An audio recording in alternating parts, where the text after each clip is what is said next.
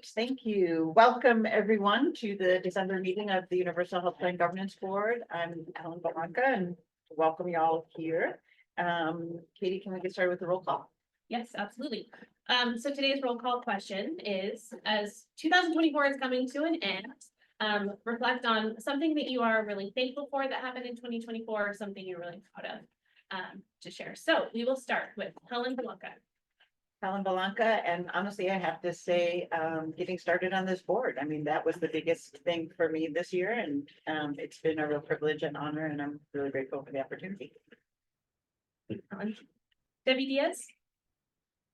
Here, and I would say the thing I'm most thankful for is I recently transitioned and started a job about 5 months ago in family medicine, and it has been incredibly fulfilling thus far, and just very different from any other medicine I've practiced. So I am finding that to be just such a wonderful experience. Thank you. Amy Phillips. Here, and I probably I just received news of that my small nonprofit got 2 grants to help create a pre-K through 12 disability studies curriculum for schools in Oregon. Wow. Great, congratulations. Bruce Goldberg. Bruce Goldberg here. I'm grateful for this year having been around to celebrate the birth of a new grandson and the 95th birthday of my mother, which was pretty cool. It's the 95 years right in front of me. And I'm also, like Helen, grateful to be a part of this board and hopefully get to the place where everybody in Oregon can enjoy good health. Thank you, Bruce. Judy Richardson. Good morning, I'm here. I'm incredibly grateful for this opportunity to serve Oregon as well, and thankful that my family is home and healthy at the end of this year. Cheryl Ramirez. Of course, I'm grateful to be on this board, have to pile on, and I'm grateful that my son graduated from law school and passed the bar in Pennsylvania. And we also have Chunwei Chi and Michelle Glass on the board, but they had previous engagements and will not be able to join us today. With that, Helen, I will turn it over to you. Great. So as always, we're grateful to members of the public who take the time to provide public comments to our board. This month, we had a number of public comments. Boston Bugny asked us to prioritize funding OHA hospitals over private ones. Mr. Rick Hangartner asked us to create a new committee to monitor the political changes at the national level in the wake of the election. Carlina Miller and Janessa Nelson both wrote in to offer support for the board's work. Lou Sinninger is concerned that some of our board and committee meeting presentations have been off track. Allison Bloom asked that we consider coverage for the best versions of procedures for trans people. Mr. Rick Hangartner gave a second piece of testimony advocating for full transparency in all board and committee communications.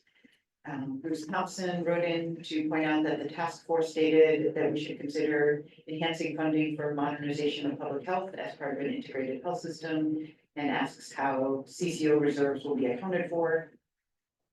And Michael Huntington advocated for physician payment based on a fee for time schedule. So thank you to all of those. Please know that we read all of those public comments thoroughly. They're all posted on our website for all the board members, and we're grateful for your comments and feedback. A quick agenda review. Today's meeting is going to be very discussion heavy. We haven't had much time as a board to thoroughly discuss what's going on in the committees and our process for integrating the work of the committees and making decisions about committee recommendations. So we're going to spend quite a bit of time on that. Looking forward to hearing from all the board members about that. And then we just have a few business items to get through. So first order of business is to approve the minutes. Is there a motion to approve the minutes from the November board meeting? So moved. Is there a second? Any discussion? Okay, Helen Balanca. Yes. Debbie Diaz, Yes. Amy Fellows, Yes. Bruce Goldberg, Yes. Judy Richardson, Yes. Michelle Ramirez. Do I abstain since I wasn't there? Yeah. Okay, abstain. Great, thank you. And now I'll turn it over to Morgan for the executive director report. Great, thank you, Helen. Well, there's lots of good news to share this month. I'm gonna start out with some congratulations to Judy Richardson and Debbie Diaz for their reappointment to the board. Just a reminder for the public, when the board was first seated, the board members were staggered. So Judy and Debbie's term expired in this month, and they've been reappointed. The governor put their name forward and the Senate approved December 12th. So that's great news and congratulations and welcome again. And the governor's office is now working on the appointment for the public member. And that should go to the Senate for confirmation in February. So we'll await news on the new public engagement board member coming. I'm also happy to report that we submitted the status report to the legislature, to the committee members who are currently sitting on the Senate and House interim committees on health. In addition, Helen and Judy gave a presentation to the House Healthcare on Interim Committee on Behavioral Health and Healthcare. It was very well received. There was a question about kind of the economic impact, and Judy shared that that's part of the work plan and looking at that. In addition, Helen did give a heads up that, you know, the new changes in public meetings law have presented some challenges for the board that you've been working through. I'm also happy to announce that when Governor Kotek's budget came out on December 2nd, it did include the $1.9 million for current service level in that budget. That was not a surprise, but it was really good to see that it was there. And that, just a reminder, will continue the 3 full-time staff here serving directly for the board at DCBS, and a slight increase for contractor and other support for travel and attorney general fees and stuff like that. So the next step will be the legislative process, and we'll be in the Ways and Means process, where we will be part of the DCBS budget presentation. In addition, I'll continue to send quarterly budget updates to the board, and the next one I'll send tomorrow, so that's forthcoming. I also did want to share, I've been keeping the board updated, but just so the public is aware, on Thanksgiving, November 28th, we did receive a public meeting grievance. The grievance was questioning the rationale for going into executive session during the November meeting. I worked closely with the board counsel, Jake Gill, to respond to that within the 21 days. Because of when it was submitted, that 21 days would have been yesterday. So I submitted it earlier this week with a citation that receiving written advice from counsel was appropriate rationale to use executive session for, that it was properly noticed on the agenda, and the chair read an announcement before going into an executive session. So we responded, and for all intents and purposes, that grievance is closed. And the person who filed the grievance did submit it to the Government Ethics Commission, and we also shared the response with the Government Ethics Commission. The last update I have is about our RFP process. We have been working to pull, just to take a step back. The RFP that we were working on was going to be a comprehensive RFP. There have been some delays, I think, on our side, just making sure that there's the right information in there, and procurement has been slower than I think we would like. Because of that, I worked with Helen and Judy and the procurement folks to pull out the revenue support, in particular, the revenue modeling and forecasting that will be needed for the Finance and Revenue Committee, so that we can move that faster. And that RFP was posted on Monday and will be open for until January 17th. So I've put together a list of potential organizations. Procurement sent that RFP to those organizations. If there are additional organizations that you think we should send that RFP to, please send them my way so that we can be doing more to push that out and not just wait for folks to find it in the Oregon Buys system. We've already worked with procurement to identify a date for the pre-evaluation meeting and post-evaluation meeting, and are putting together the team of evaluators right now. Judy and Helen have agreed to be on that, and Cheryl has also agreed to be on that.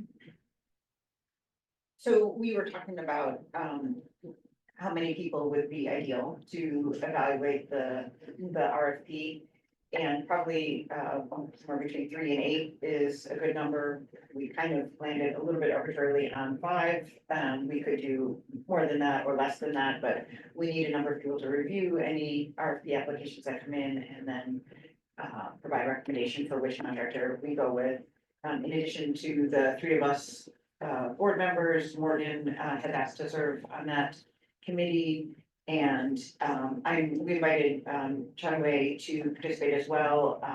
As people may recall, when he comes back, he's interested in serving on the finance committee, so I offered it to him to see if he was available. He's not available for the dates that have been picked to review those applications. And so the process we're thinking of is opening up that opportunity for anyone else on the board who would like to review the RFPs and help choose our revenue contractor. And if nobody on the board is interested or available for that, then we could ask the finance committee members if anybody from that committee would be interested in serving. So right now, I just want to give the opportunity to other board members, if you're interested in reviewing the RFPs for that contractor.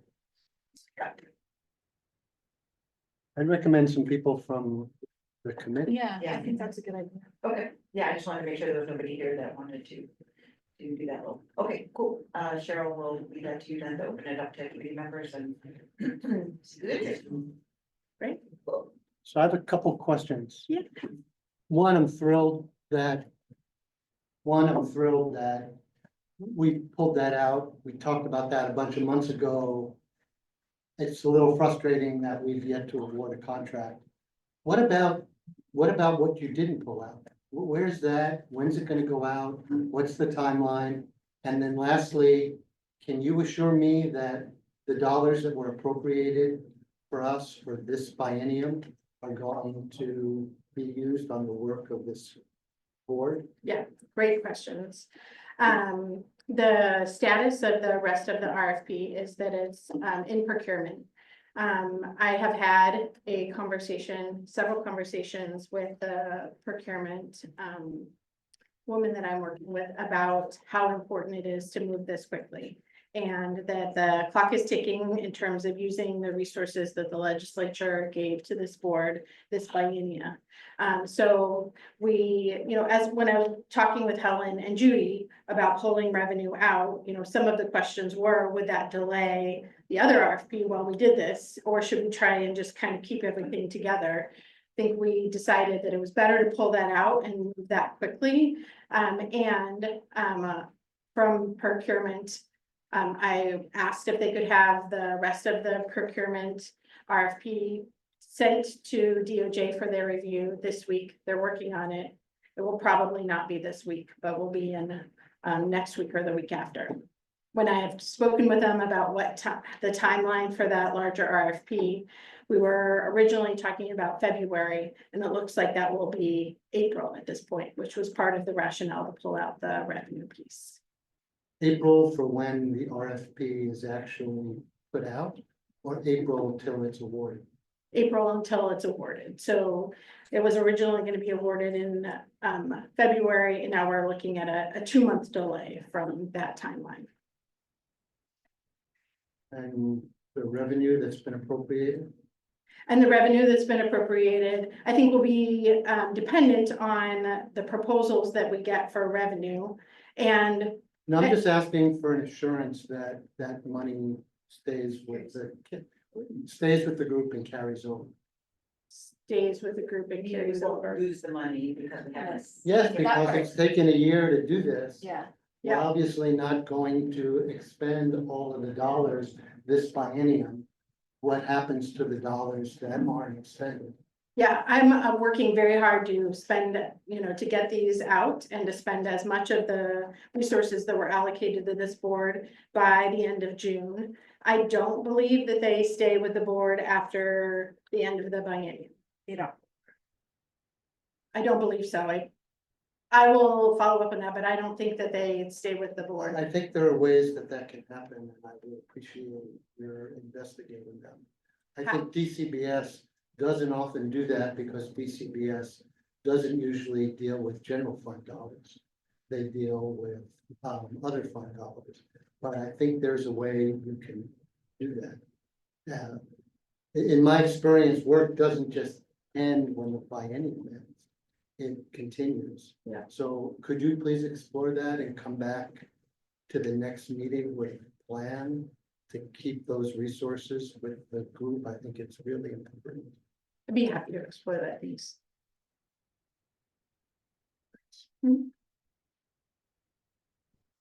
Nope, that's it. Thank you. Okay, so our next agenda item is about our new communication policy. As you all recall, at our last meeting, we approved a change to our policies regarding board and committee communications.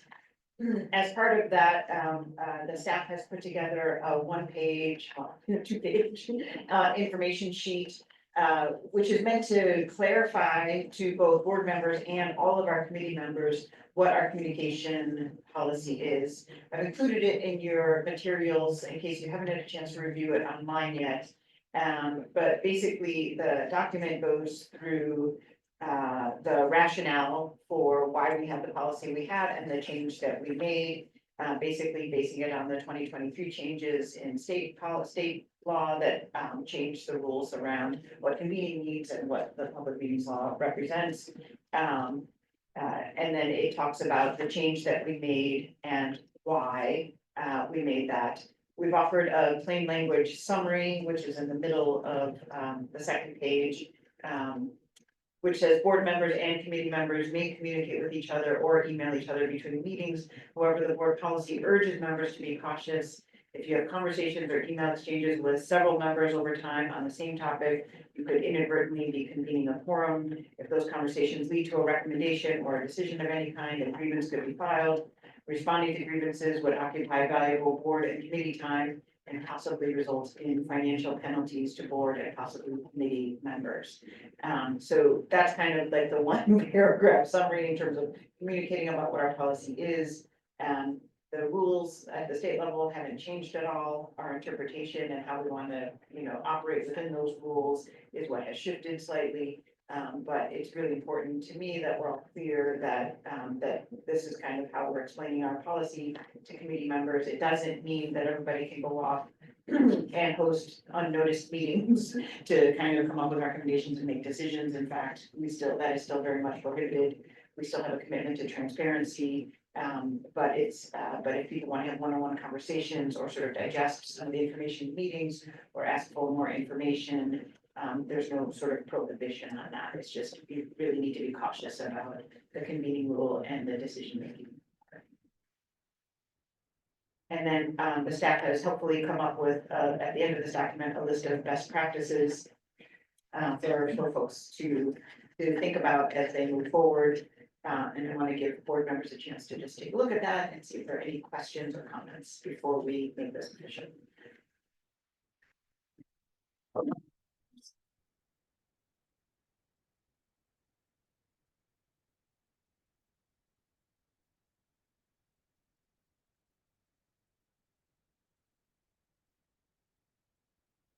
number one, we can't have phone calls, like the example Bruce has brought up over and over again. So Our DOJ lawyer has said that the best practice, like the best thing to do is to refrain altogether.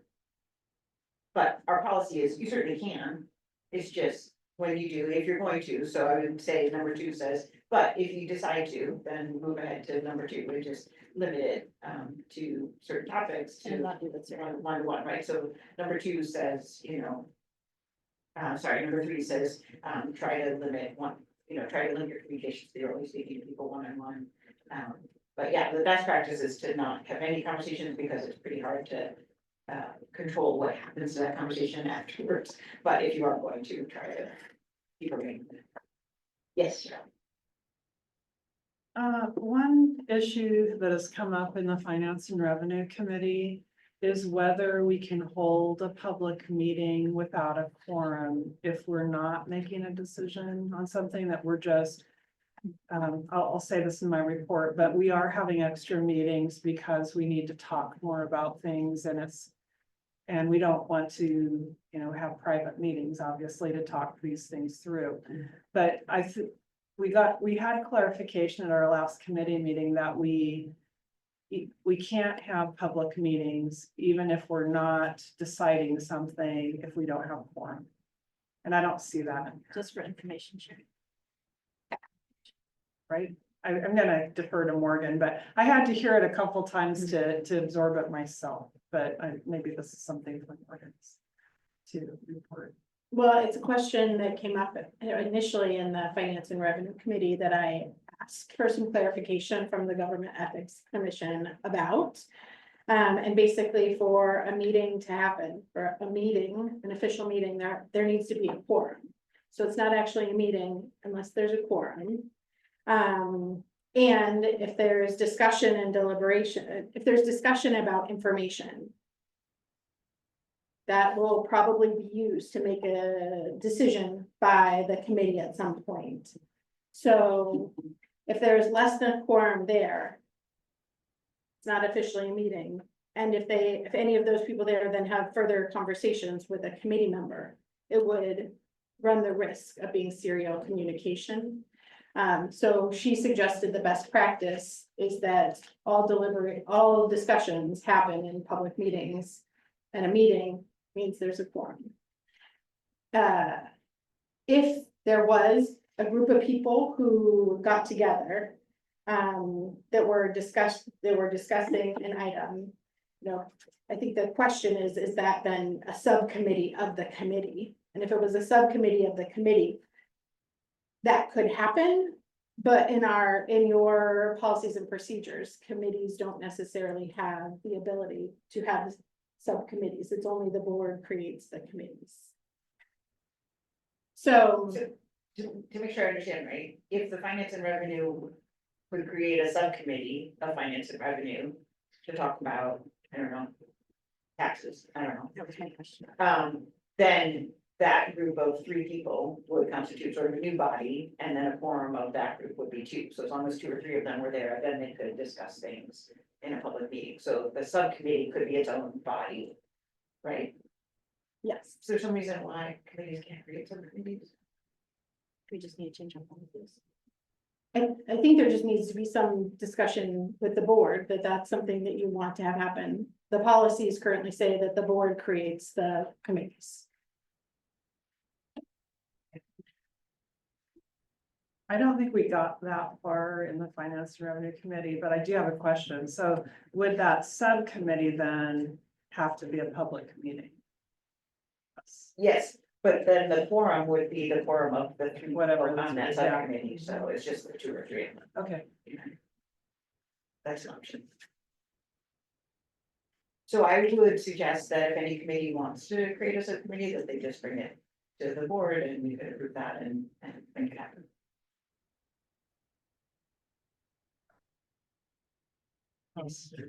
One, I think we spent a lot of time on this, the policy and procedure update is great. Plain language summary is great, the grievance process is great. I think the best practices piece is a little overkill, but I'm happy to approve it. We're spending an inordinate amount of time on this. But a question did come up at our operations committee, which is, what happens when we have members of one subcommittee talking to members of another subcommittee, what constitutes a quorum in that case? That question boggled my mind and I have no idea. But I throw that out. Like as an example, somebody from finance talking to plan design. Yeah, that, So it's not, they're not subcommittees, just like the regular committee, like one. but committee just member. if there are, let's say, two people from the operations, let's put it differently. We have an operations committee of 12 people. 4 of them have some communications with 3 or 4 members of the revenue committee. What constitutes a quorum in that case?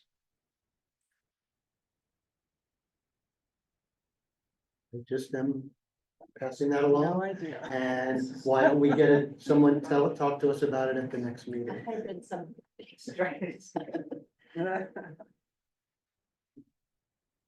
I don't think there's one. I think that would fall into the realm of you're having a unnoticed, not public meeting, and you're sort of. You're not having a public meeting. You're not having a public just having meeting. communication. You're just having communication and you have to be careful about that and try to avoid doing that very much, but realize that if that leads to decisions or recommendations, that could be subject to agreements. And so just being cautious with that, not saying that they can't talk to each other, but They weren't saying they couldn't, they were asking for what's the number that would be a quorum, and there's different numbers on one committee and then on the other. That's the issue. They feel, again, I think everyone feels now, because of this policy, should feel free to be able to communicate one-on-one yeah, and to be able to do that. We all understand the serial communication piece. right. I think the issue was where do people, at what number do people have to be cautious with communication between people on subcommittees? So one of the things we're gonna be talking about later in the agenda today is how committees communicate with each other. And so as we do committee report outs at these meetings, we're spending more time on that at all these subsequent meetings. That I would encourage, for instance, the operations committee to formalize questions to the plan design committee or to the finance committee. And bring that forward as part of the sort of the formal process of communication between committee members that will happen. So the idea would be for them to formulate those questions and instead of reaching out directly to finance committee members, to bring it to the finance committee chair through this process and then have the chair bring it back to her meeting and have like a more formal communication through the chairs and staff. I think once committee members from this group start talking to committee members from this group, I think it's gonna be a little bit hard to manage and a little bit hard to know what's going on. And so I think, to keep the conversation on track and organized and make sure we all know what's going on, I think going through the chair and then to the other committee is probably the better way to do it. So I encourage people to do it that way. If they want to informally reach out and ask a few questions, no problem. But if they want to have a discussion about a topic and ask finance members about a topic, I think they ought to put those in a list and bring them to the chair. Does that work? I have an example of that Yeah, for my report. okay, great. Does anyone else want to consider striking the best practices from this? I agree, it does add a level of confusion after we've just tried to clarify things. Go ahead, Deb. Yeah, I just think also like that it's like refrain and then limit and then only, it just some of it feels a little back and forth. Contradictory with Yeah. each other. So I would be okay with either striking or rewording, and striking is probably the quicker option. Yeah, I think my sense is we have a very clear policy. We spent a lot of time at the last meeting wordsmithing it. It's very clear. This makes it very clear. It's a clear policy and procedure, a clear plain language summary. I do think that starts the best practices piece starts to make it confusing. And that's been the problem from the beginning that we tried to talk about last time. And we were really clear about the balance and Yeah. really clear about the caution, and it just seems to me sufficient. I don't understand why we have to keep coming back to, but don't do it. Yes, So I would propose that we strike the best practices section. With the one exception is we need one remaining final statement on this document. And that would be, we encourage all board and committee members to consult with OGEC if you're not sure whether your communication will violate the law. Just leave that as the Yeah. final sentence. And then approve it from there. Sounds great. Okay, cool, excellent. I don't think we need a vote on that, I think it's just getting fine. Thank you, okay, we're gonna put that to bed.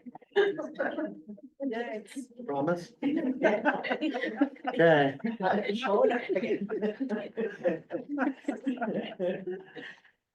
Okay, our next item of business is our 2025 meeting schedule. This was bumped from our November meeting, so we need to tackle it now.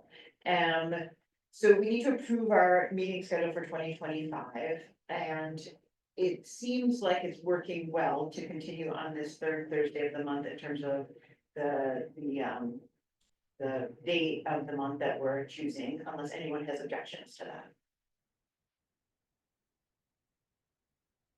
There will be exceptions. There will be exceptions, yeah, but as a general rule, this is a good day that these works. Okay, so, the other question is, I'd like to ask the board to consider whether we would like to change the location of these meetings a few times a year. The purpose of changing the location would be to physically locate in different parts of the state to allow members of the local public to attend if they wanted to in person, or for us to have the opportunity to engage with local communities in some other way as part of our board meetings. And if we do want to do that, how often? Once a quarter, twice a year, every meeting, rotate around, to consider whether that's something that the board wants to do. Go ahead, Amy. I like the idea, but I'm wondering, if we do that, would there still be a hybrid option, both if it was not accessible for board members to travel, Always, yes. oh, you know, or for every board member to travel to the other locations, and so that public could still, you know, watch and listen. Yes, there will always be a virtual option for both board members and the public. Yes, Bruce. Can we just, I've always assumed that the communications group was also gonna work on a plan for outreach and meeting with groups around the state, et cetera. So I mean, I would think that this question maybe should be part of their outreach and communication plan. I'm very much in favor of going out, but I would wanna do it in Coordination. coordination with that, and as part of their plan for how and when are they gonna reach out? Are we gonna do that through just information sessions? Are we gonna do it through board meetings? I just think it needs to be a part of that. And that'd be my recommendation, is let them come up with a recommendation for how often and where and how we should do that. I'm game. We could bring that to our January meeting as a starting point of the suggestion, and then build up with that. Yeah, does that come up at all so far, Amy, when you talk about engagement about? I mean, yeah, I mean, the idea has, but we haven't like made a plan or gotten that far. Okay, Mhm. So it would be a good kind of starter. great. So it sounds like we need a motion to both approve continuing to meet on the third Thursday of the month from 9 to 12. And to consider recommendations of the community engagement committee regarding the location of those meetings. Is there a motion? So moved. Any discussion? Okay, Helen Belanca, Yes. Debbie Diaz, Yes. Amy Fellows, Yes. Bruce Goldberg, Yes. Judy Richardson, Yes. Carol Ramirez. Yes. Yay, so we're doing great, a little ahead of time. So we are going to move on to committee updates. As I mentioned in the email that I sent out to board members, I would really like us to start spending more detailed time thinking about the work of the committee, how the committee, what questions we have for the committees, and any further clarification in terms of strategic direction that the board wants to give to committees, and then really think through how committees should communicate with each other. So we have time now to spend at least 15 minutes for each committee to talk about the work that you've been doing, the questions that you have, and then once we're done with that, we'll have a sort of a more meta discussion about strategic direction and intercommunity communication as well. So we can start with finance and revenue with Cheryl. Thanks, Helen. I thought I'd separate my update into 3 buckets that made sense to me. Process, content, and questions about content and process. So that's how I'm gonna report on this. So first of all,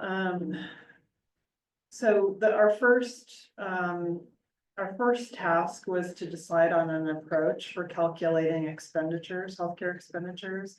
And we spent more meetings on this than we had anticipated, as you can imagine. I was actually thinking probably we would go with the cost growth target plus. But as we dug into the cost growth target, I'm trying not to use acronyms, National Health Expenditures Accounts, NHEA, and the all payers, all claims. The committee, well, all of the committee members found gaps in any of those sources. And so they opted instead to use a hybrid approach for calculating healthcare expenditures based on 2022, because that's really the most current data we have kind of all around from all of the sources. So they want to use NHEA, that is National Health Expenditure Accounts data, as a framework because they have so many of the, so many categories. And then plugging in the best available data from the most credible data sources. So that could be the cost growth target, that could be all payers, all claims, it could be other data.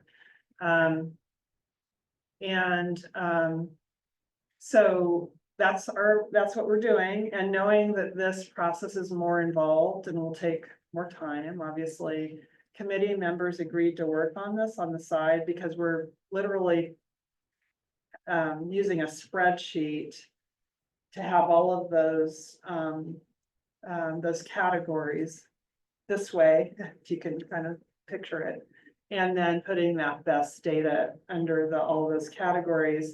And I believe some of our committee members want to double check. They said not double count, double check the data to see what is more accurate. So they may even look at a couple different data sources for certain categories to see what's most accurate, what's inclusive. So they'll be working on gathering this data as the committee moves to revenue. And we did move to our first revenue topic this week, and I'll say more about that. Additionally, one of our committee members volunteered to calculate a quick estimate from the Optimus data that's in the task force report.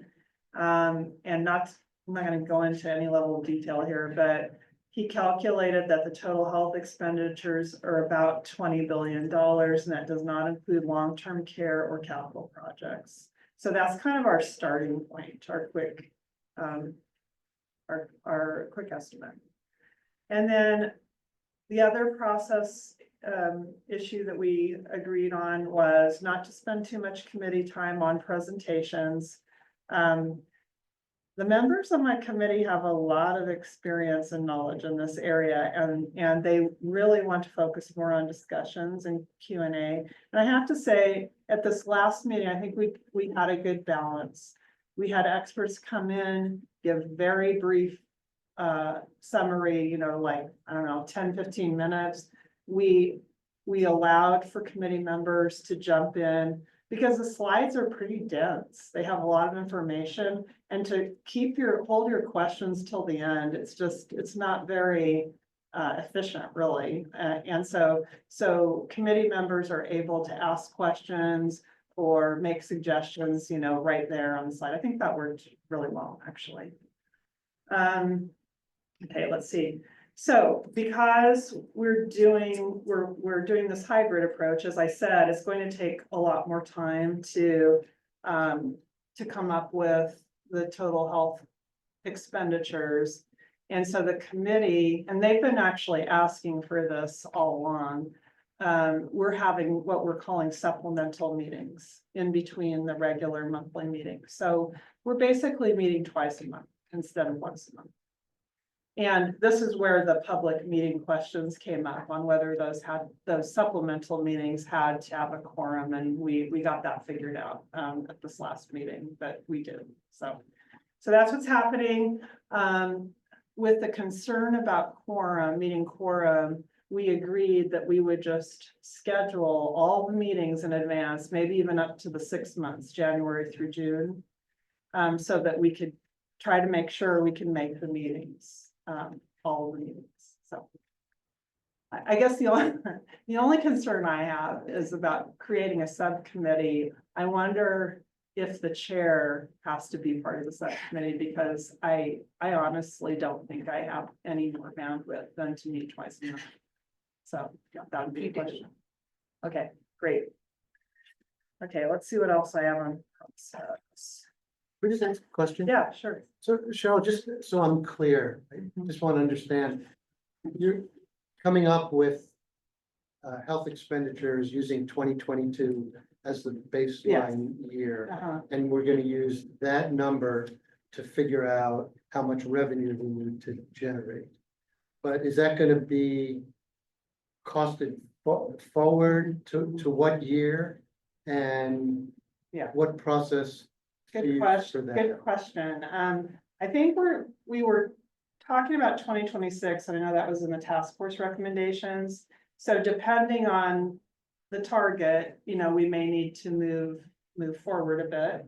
I believe there are some cost estimate formula to use to jump it ahead. And maybe that is where we need our consultants to help us. I believe that's one of the areas that we need help with. So that's my answer.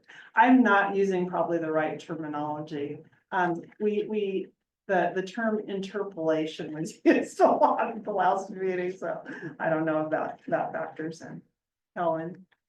So my question is similar to Bruce's in that, like, if you use total health expenditures to come up with sort of this is the target dollar amount we need to cover with our revenue. But right now, the payment sources for those expenditures are all different, and what Medicaid pays is really different than what commercial plans pay. And so how accurate would that be? Like, I know they're trying to get to as accurate a number they can to say like how much we're spending right now on healthcare, but if our plan is, for instance, to just cover PEB level services for everyone, wouldn't it make more sense to figure out like as a per person coverage, how much it would cost to give PEB services to everyone, and then use that as the target number instead of what we're currently spending? We've touched on that topic, but we haven't really figured that out yet. I know that the committee, including myself, believe that we want something a bit more than PEB, or we want to strive for something a bit more than PEB for certain benefits. Of course. But then I feel like we're treading on the plan design committee. So for us, it will be important to have lots. I said, you're going to need, on this spreadsheet, this hybrid approach, we're going to need lots of footnotes explaining what we're talking about with each of the categories. And then I believe, so our first major deadline, I would say, is June, before we meet with plan design in July. I mean, that's scheduled. So I think we need to have our estimates ready to go, and we can talk to plan design to see if we're in the right ballpark, let's say. So, and that it's integrated with what the plan design committee comes up with. Right, but given that we've given direction to the finance committee to say, consider that, your direction is to cover head level benefits for everyone, of course that can change. But as a starting point for the total dollars that you're trying to get to, wouldn't it make sense to just use that extrapolated to the whole population instead of our past expenditures based on a whole bunch of different plans? That was mentioned, I mean, in not last meeting, but the previous meeting. I don't know, Morgan, if you can help me out on how that went, because I honestly don't remember. Seems you're gonna need both, because you're gonna need to know what potential dollars there are Mhm. from Medicaid and Medicare, et cetera. Yeah. So I mean, it seems to me you need Yeah. both. I come up with both and bring them, so, yeah. And Judy had a question. Thank you, Chair. I was just going to offer perhaps a suggestion. It comes later in this agenda, but this would be an opportunity for the straw proposal for the Finance Committee to submit the assumptions that they're making building into certain models. And then we can provide feedback about, yes, make this assumption, or no, go this direction, perhaps in the straw proposal. And then that's exactly where the consultants, the economic consultants, can do the actual modeling and, put the boots on and figure out exactly what the costs are, if it's PEB only, if it's Medicare only, if it's the entire current expenditure, all of those minutia. But basing the entire model on assumptions without getting any feedback or direction at first might be a waste of time and spinning wheels down a path that doesn't get us to the solution we're trying to solve. Do you want to add anything, Morgan, before I move on? Well, the plan initially that the committee looked at was to take the total health expenditures for a year, 2022, and then look at those sources that would be able to transition into a universal health plan. And then look at what else, what's the missing piece to figure out how much revenue needs to be raised using that path. The committee also, one of the committee members did look at the Optimist data, which was built on the PEB model, and also figure out what that would be for 2022 as well. So the committee will actually have both approaches kind of based on current expenditures, which looking at the current expenditures is a helpful way to see like what would transition and then what else you would need to raise with new revenue and tax. And then with the consultant, figure out like what those tax structures are and how much could be raised. So I think that the committee is actually right now using both approaches, and it will, I think, be helpful for the work moving forward. Thank you for that explanation, better than I could do. Amy, do you have a question? Question and comment, and I don't know if it's more for your committee or Deborah's, but I just want to put it out there. It makes me a little uncomfortable when we're kind of talking only about looking at the PEB, PEB level of services or of covered things. I'm worried that I'd like to see a side-by-side comparison with Oregon Health Plan, because I'm worried about marginalized communities getting less than what they're getting now, that have more health disparities, chronic disease, all the things. Yes, agreed. I'll hit that a bit in my update. Okay, Can I just Yeah, sure. one comment? I would just say 2026 may be too soon, yeah, probably, because we're 12 days away from 2025. right, yeah, you're probably, And I don't see us as collecting revenue in 2026 Yeah, for this. Mhm. So it just might make sense to push that out, Mhm. just. for agreed, fun. yes, thank you. Probably, even late, because, our plan is due to the legislature at the end of 2026 to be considered in 2027, Uh-huh. and so I think aiming for 2028 is probably more Mhm. realistic. I'll bring that back to the committee. Okay, so just a couple more things on process. We still are kind of, I don't know if struggling is the right word, but we haven't gotten to the point that we have been able to fully embrace the principles and attributes documents or settle on the final. So what we did agree to this last meeting is to merge the principles and attributes of a sound financial plan in one document and use them as a guidance document. But we have had comments and additional suggestions to that guidance document. So we've asked committee members to send any other suggestions to Morgan. And then Morgan will compile the whole list.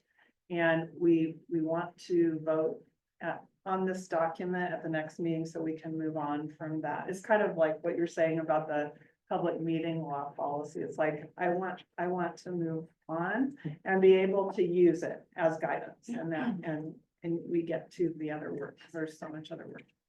So that's one thing. And then the last process thing I wanted to mention was,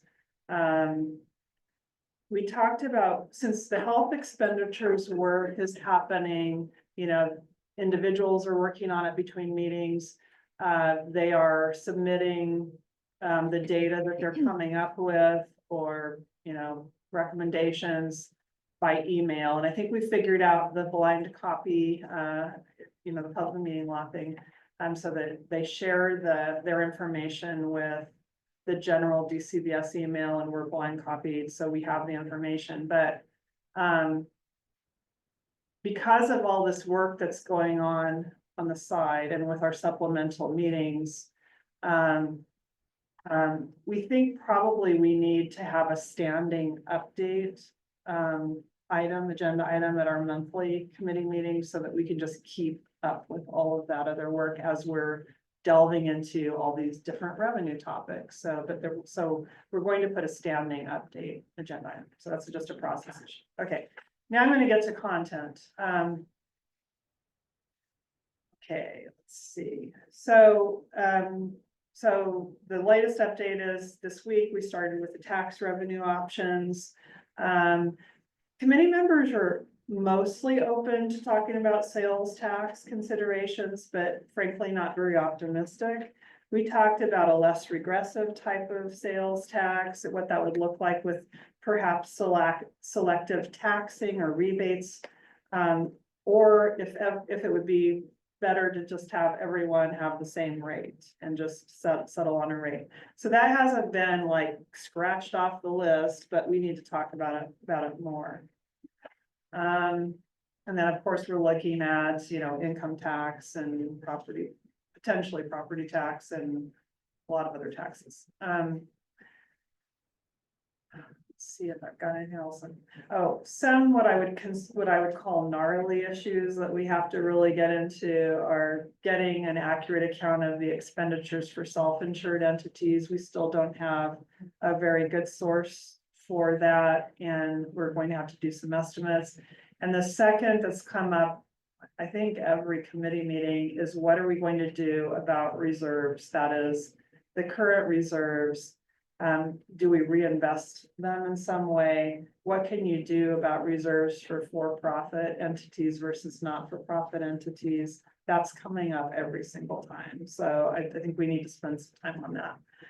And then let's see. So the next topics for revenue, which are going to be fairly dense topics too, are administrative costs and considerations to avoid a successful Employee Retirement Income Security Act challenge or RISA challenge. Those are our two next topics. This week we did have the discussion with the Legislative Revenue Office on all those various taxes. What's the lay of the land in terms of taxes? What can we do? And our committee members asked for the total tax burden, a comparison of the total tax burden, which I think would be great information. So the Legislative Revenue Office is going to bring back what they have. I think they've either shown the board or the committee, I don't remember, something like that. So they're going to bring it back and we'll review, and we may need other information. So just to give you an example of what committee members are wondering is, how will small businesses and individuals be affected? How will the tax burden affect them?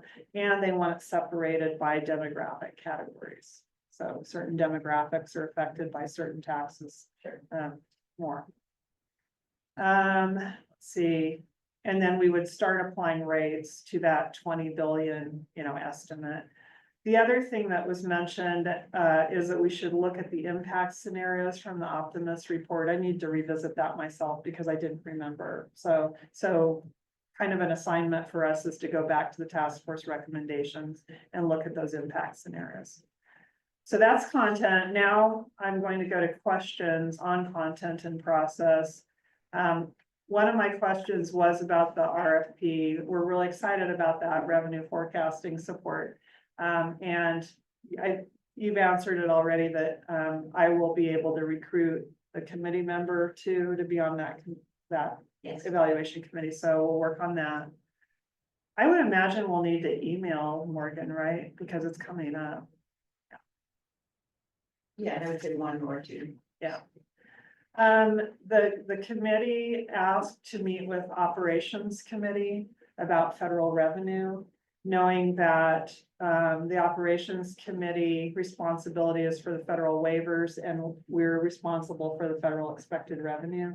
We thought a joint discussion would be helpful. So they want to do that. I don't know about the timing of this, so if you have suggestions, that'd be great. And some of the other asks are, would our legal counsel for the committee be the AG? Because we were talking about getting a legal opinion on some things. I'll give you one example. How to tax income that isn't subject to the kicker. And they asked the Legislative Revenue Office about this and they said, we need our own legal counsel. So that's one question. I don't know if anybody on the board has an answer to this, but we'd like to know. And then I mentioned LRO is going to review the total tax burden with us. Committee members were interested, and I would include myself in that group, to compare the revenue plan for Oregon with California and Washington, since they're working on this too, to see how close we are, or maybe we're not. But we'd like to know more about their revenue plans. And I think that's all I have, and I'm like last time anyways.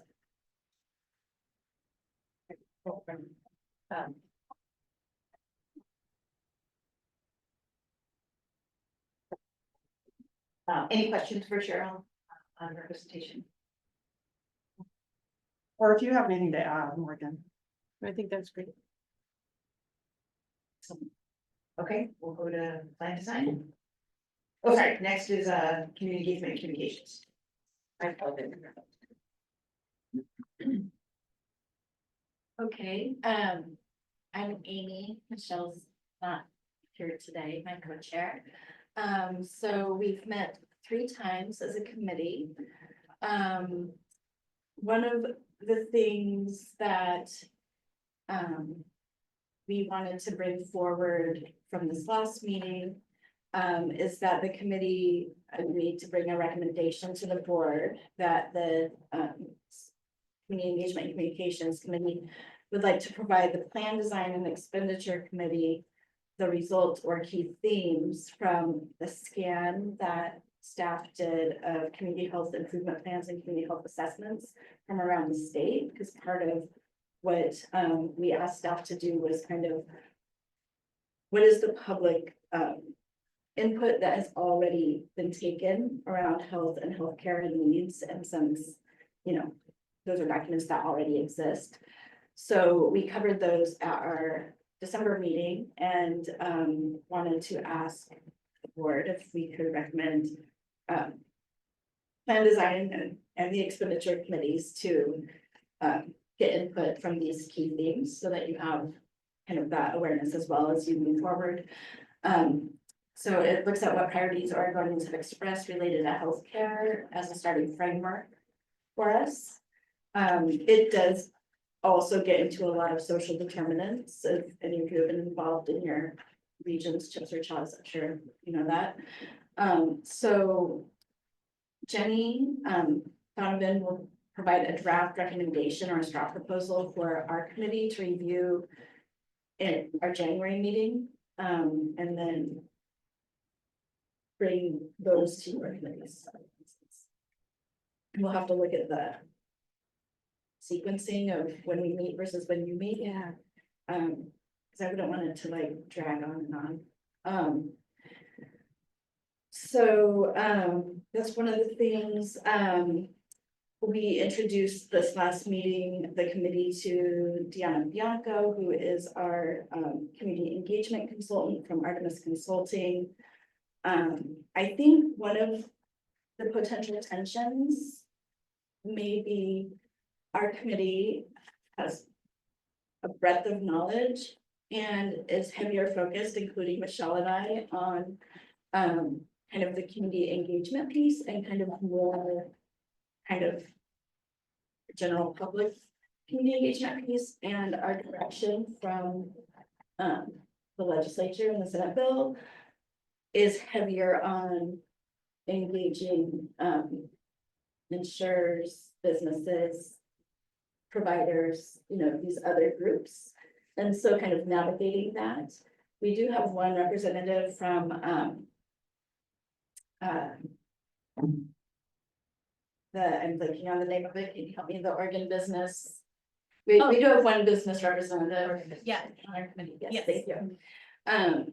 But I think that's kind of where we kind of have this tension, because there's a lot of creativity and engagement and ideas about like how to engage kind of more the public. And we really have to focus on, you know, those other players as well.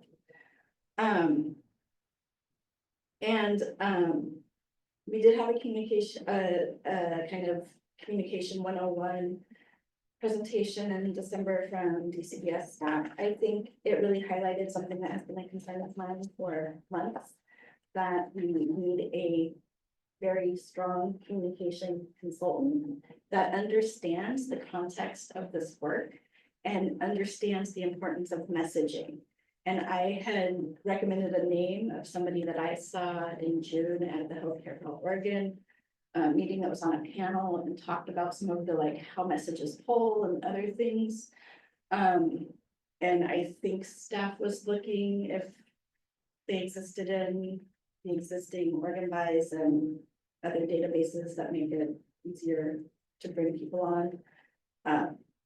I know we have to follow whatever the process is, but I'm concerned that we are behind, way behind on that piece of it.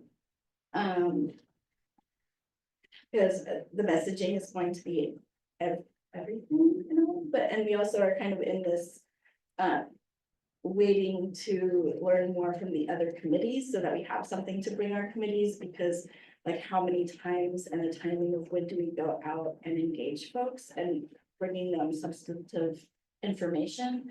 I do love the idea that was suggested about the rotating board meetings as part of a way to jump off that plan. So at least we are engaging in different regions in that way as we update people on the work of the other committees and kind of get more something to put out there. What else here? There was a question if there's a budget for stipends or some kind of something for, you know, what's become a more common practice with people with lived experience, sharing their experience and input for the committee. I don't know what that looks like. Obviously, we can't stipend every Oregonian that wants to give us input, but so there was just a question like, is there any pot of money for doing anything like that? And also at this last meeting, we asked staff to, who already has contacts in multiple states that are at different stages of working on universal health plan, to tap into their communication plans and community engagement if they got that far, if they have them, so that we can learn, you know, either lessons learned or best practices from other states that have ventured into this. And I think that is about it. Kind of in this like waiting for other parts so that we have more substance. When you talk about community engagement, what are the specific topics you're trying to engage the community on? Like, is it about should a universal health plan exist? What are the features of universal health plan? Or what are the obstacles to implementing a universal health plan and how can we overcome them? I think we're still working through it and trying to understand what those are, but we need information on kind of the work of the other committees to bring that forward. So are there specific questions that you have for other committees that you want to? I think that this conversation today, where we're digging in and learning what stage each committee's at is really helpful. I think plan design is probably, I mean, all of them, I can't, certain people are gonna be more interested in the financing and certain people are gonna be more interested in the plan design pieces, but. So what I worry about a little bit is that, we're not necessarily looking for community engagement on what the plan looks like in terms of what's covered and what's not covered. I think more what we're interested in is community engagement on the idea of universal plan, a universal plan as a whole.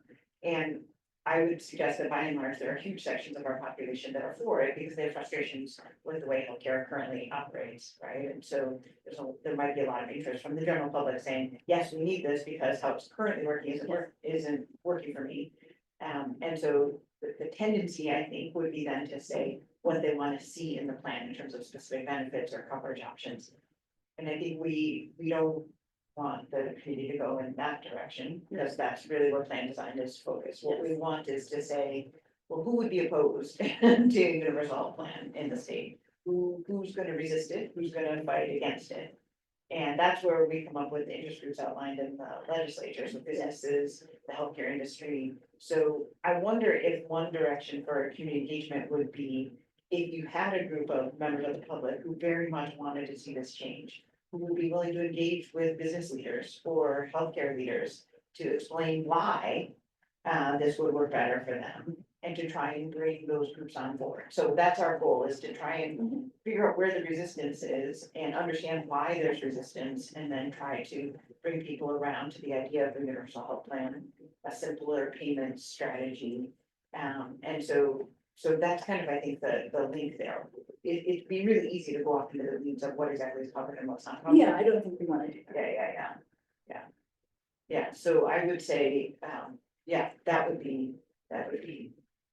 Do you need more resources? Is that, because one of the pieces that we're asking everyone to ask about, I didn't ask you, Cheryl, directly, but like, are there, so we have staff, we have consultants, we have. Yeah, and that's why I said we are way behind on having a communication consultant. Yeah. And You feel like you would want that now, is that what you're saying? I think that would be really helpful, because we need to get started with that. Deanna Bianco is, very focused on community engagement, and she has experience and focused on exactly, the groups that you just mentioned. Yeah. So that's great, but we just started working with her December 1st. So. Yeah, so. The communication consultant, and. They need to not just be some random. We do communications, they need to understand the context of what we're trying to do. And have some relevant experience around it. And really get the messaging part. So yes. And we've been asking. I see Judy. Thank you, Chair. I had this comment as we were thinking about the meeting schedule, but I held it and Amy gave me a great opportunity to put in this pitch. Thank you for your presentation. As you're considering outreach to community, I know this is already on your docket and your list, but please, with intention, think about Eastern Oregon and rural Oregon. And if you need contacts or any sort of help connecting a communications expert to local governments in Eastern Oregon, call on me. I'm happy to help. I think it's just critical along Helen's point about business leaders and articulating the why. Yeah. Eastern Oregon and rural Oregon are super important, even though it's not like, the big crowd wins and low hanging fruit. It'll be really important to have engagement. Thank you. Yeah, that's great. And fortunately, my co-chair also has experience in those communities in both Southern and Central Oregon, where she's now. Yeah, I just want to second, third, fourth, and fifth, the need for a good communications consultant, not a generic consultant, but actually someone who has a lot of experience in messaging, understands what messages work, and has worked in this arena, can talk about, understands how to talk about universal health care, understands how to talk about taxation, Yes. understands messages that work with different groups. I think ultimately, whatever plan we come up with will sink or swim about how we communicate about it. So I can't, And I'm concerned we may be under budget because like staff has said, oh, we can bring them in under, you know, the way you can, when it's under a certain amount, it's easier to bring them in, and I'm concerned then, like, we don't want the timeline to draw out and out, but we need the right person. I have a name for you, Oh, okay, good, but I hope we get several names. yes, And that's going through, I think Jenny is the Jenny. staff of that committee. Jenny's. So she's, okay, so sending a name to Jenny. yeah, she's it today. Okay. Jenny, Sean. Yeah, any other questions? I've been really looking forward to this meeting to hear the updates from everybody else, so that we can synchronize our work with yours. I agree. Then we can move on to plan design. Debbie. Right, so plan design, committee has met twice. We had our second meeting on the 5th. It's amazingly as big of a committee as this is, everybody minus one person was present. So I'm just very impressed by that. We did have, between the first and the second meeting, we did have one person who does not have the bandwidth to participate, so they're no longer on, but we still have 21 committee members, not including staff. So lot to wrangle. Our meeting on the 5th, we did do a brief update on the board policy changes, specifically the communications. We haven't run into any real issues that have come up there. There weren't any like specific concerns or questions. And then we went over the tasking timelines, and then we had a presentation by Anya Wallach with HMA, giving an overview of benefits, specifically PEB and UHP, and kind of thinking about where those differed. I will say that presentation was very high level. And then we went into breakout groups, which I think worked really well. So we split up into 4 breakout groups. And, you know, in the breakout groups, we're asked to discuss if PEB was an appropriate starting point. And I think by and large, the consensus was that yes, PEB, or as they were kind of like affectionately calling like PEB plus, seemed like an ideal, or not ideal, but a good place to start. Though there were a lot of questions about, well, what are the specifics that are not covered by PEB that are by OHP and vice versa, really wanting to focus on those areas where they differ. And so I don't think the presentation did not delve into that amount of detail. So I think there's still a lot of question about that and more discussion to be had. But overall, folks were generally accepting of PEB as a place to start. The acknowledgement being, though, if we can't just give PEB to everybody, because then folks who are on OHP are going to lose much needed benefits. So trying to find that balance of not having those that need these benefits lose them, and also can't give it to everybody because then we can't afford that. So, which I will get to that in a question that I'll bring up to the board. But some themes that came out where folks really wanted dental to be included, the mental health and substance use, really just clarity on what exactly needs to change. I think that's like a big kind of question, because, you know, generically it says, yeah, inpatient, outpatient, everything, you know, things are covered, but then what does that actually mean? What does that mean in access, reimbursement? And we know that's not the reality. So we'll need to definitely get into that more. There was also question about specifically like fertility or infant fertility services, questions about long-term care and how that would fit in. As always, how you know, social determinants of health and social needs are included in the plan. You know, someone astutely put, if people aren't fed, housed, and clothed, we can't achieve health in the state. But also, how do we, you know, what control do we have for that? So we did also, you know, talk a bit about very, I guess, kind of, how do I put this?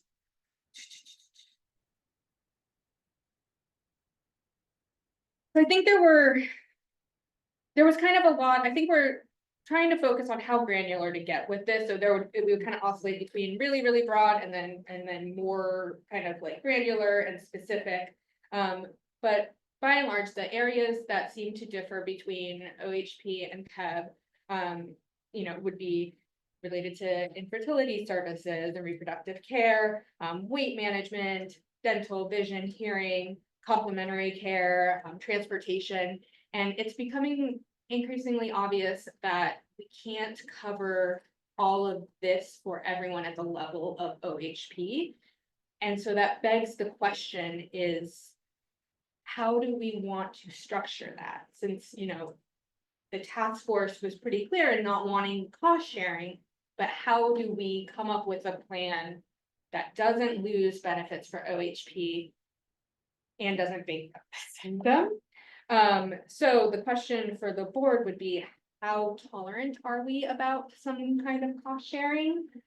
Is there a tiered system we want to, we're trying to kind of move away from that, but is there some form of a tiered system where, okay, those who qualify for OHP get to keep all those, and then those that don't, maybe there is some kind of supplemental coverage they can buy into for long-term care, transportation, et cetera. And just trying to figure out what that balance is. And I think it would be really helpful to get a sense from the board what direction we want to push that in so that we can open that up to our next discussion. We had very, I would say, I think it was optimistic to say that we would be ready to move on and talk about eligibility at our next meeting.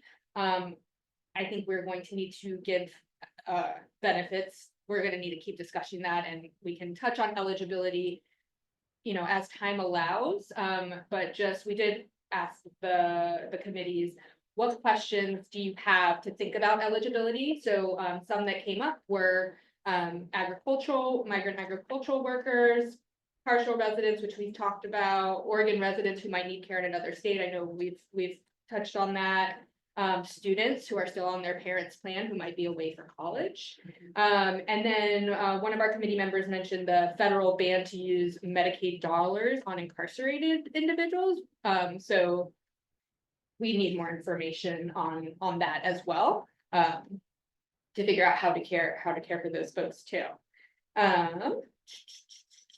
One of our committee members, specifically wanted to know what might be covered in commercial plans that PEB doesn't cover that we might want to consider as well. Yeah, so that is kind of like an overview. I think this is going to be, I'm hoping for next time for us to have a bit more focused of a discussion and really focused on those deferred benefits and coming up with a prioritization for those if we can't cover everything, and also seeing where the board is on cost sharing tiered system, like how to navigate that part. So I look forward to it. I think you were first, Amy. I just wanted to make sure when you dig deeper into the dental conversation, that OHP is not the model because adult dental, with the situation with, they can kind of only go to these chains that accept OHP, almost no private dental folks take OHP, and that with adult dental, teeth are removed instead of getting root canals all the time. So we need a better model for dental than OHP. Like, regardless. Thanks, Amy. And just more a comment about strategy. I mean, I know you're talking about how to deal with benefits. I don't think that we'll be able to get a waiver to get Medicaid dollars if we reduce the benefit beyond the mandatory benefit for Medicaid recipients. And when you think about that, I think you need to think about two different groups of Medicaid recipients. One group of Medicaid recipients is the group that is mandated by law that states need to cover, be part of Medicaid. Old, blind, disabled, and people below a certain income. Then there are other people on Medicaid, such as the ACA expansion group. So I just think you have to think about it in that way, because ultimately, we're not going to be able to, I don't think, get approval to have a plan which is going to take away benefits from Medicaid recipients. And the ACA expansion group are disabled children. One of the big ones Yeah. through K plan. So I just think to give that some thought, it may actually make it a little easier for your committee to not have to actually to decide about that, because I think, I mean, my recommendation would be, I mean, we could do what we want, but my recommendation would be that we not design something which is gonna take back Medicaid benefits, because I think that will jeopardize our ability to get Medicaid funding, federal Medicaid funding, but certainly open to having that discussion with everybody at some point. How would you approach, so I agree, we don't want to take away from those. For everyone else, though, we can't afford to give them the same coverage, and they don't necessarily need it per Right. se. So I guess thinking about like, how do we want to tackle that? Well, personally, and I think we need to talk about it, my sense would be that we have a benefit. And that everybody gets that benefit. And, you know, hopefully your group will help us determine that, but that those who would qualify for Medicaid will get an enhanced benefit. You know, certainly we're gonna have to deal with that with, you know, long-term care. And there's gonna need to be, you know, a system by which I don't know if we haven't formally had the discussion about whether that's part of the benefit package for everybody or not. But I think that we're gonna have to have some system whereby we have a basic benefit that everybody gets. And those who are most vulnerable, i.e. the Medicaid population, get an enhanced benefit. My sense is I don't think it's that hard to do. So that's what we're referring to as a tiered system. Yeah. Like you have a tiered benefit, but one group gets an enhanced benefit compared to the general population. That's the term we're using for that, yeah.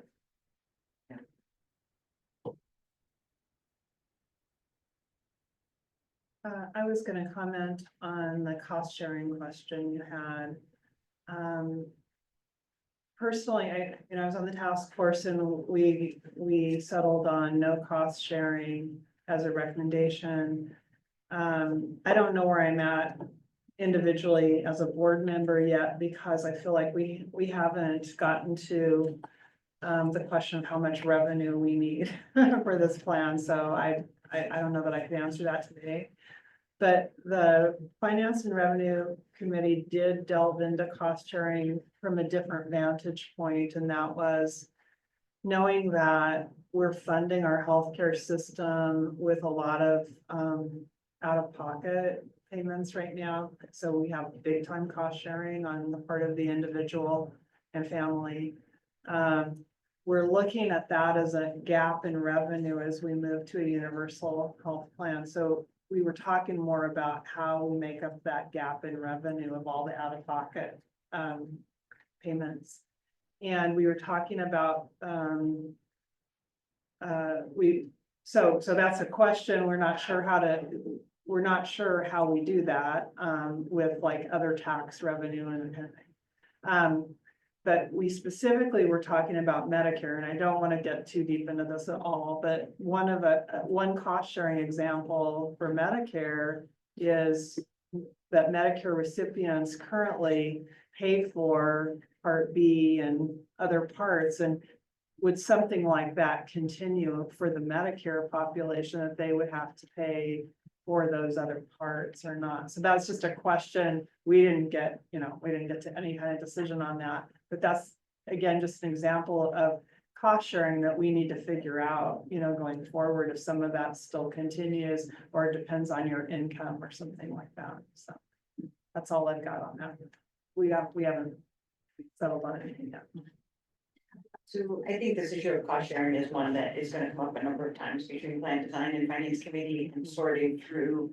And I think the board will need, not necessarily today, but at some point in the process, give direction to these committees around the extent of cost sharing. And so I want us all to think about that, because cost sharing has several roles in our health system. One role is to limit utilization of really, really expensive services like the emergency department and ambulance transportation. And while those things are covered, they come with really huge copays that discourage their use.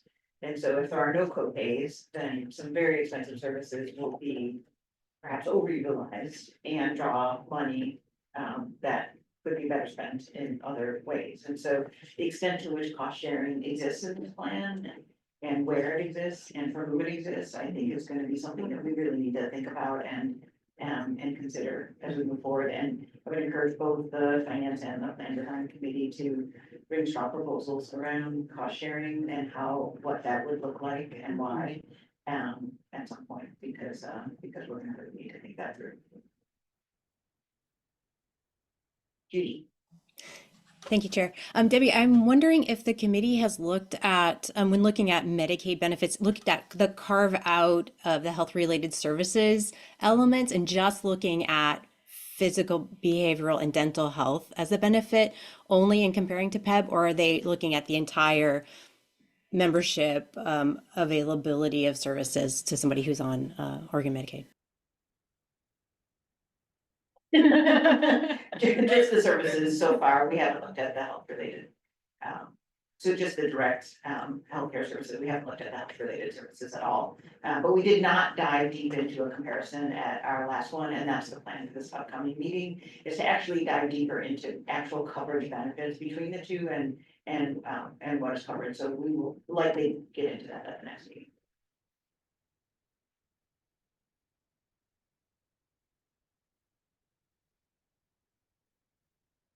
You have thoughts or recommendations, Judy, on how that's dealt with? No, I was just thinking that addressing the social determinants of health is super important, but I think it's outside of the scope of the work that we're trying to do. That was an assumption of mine, maybe not, but I think consideration in plan design would be to, there are these services that the waiver enables that are outside of a universal health plan, but should still somehow be provided for those folks who need it. Yeah, you might look at the statement that task force made about this, because we grappled with the same issue. And in essence, to paraphrase where we landed was, these are really important, but can't be the sole responsibility of a health plan. And that that the universal health plan needed to work with and cooperate with those sectors that are involved with this. Just take a look at that language, because I think it was after a lot of discussion about this. Am I right, Cheryl? Yes, and we still need state general funds for some of these services. Right. Questions for Debbie?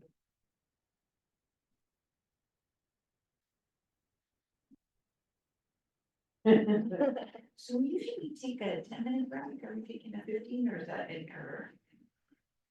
Probably just an error. I see. Okay, let's take a 10-minute break and reconvene at 10:40.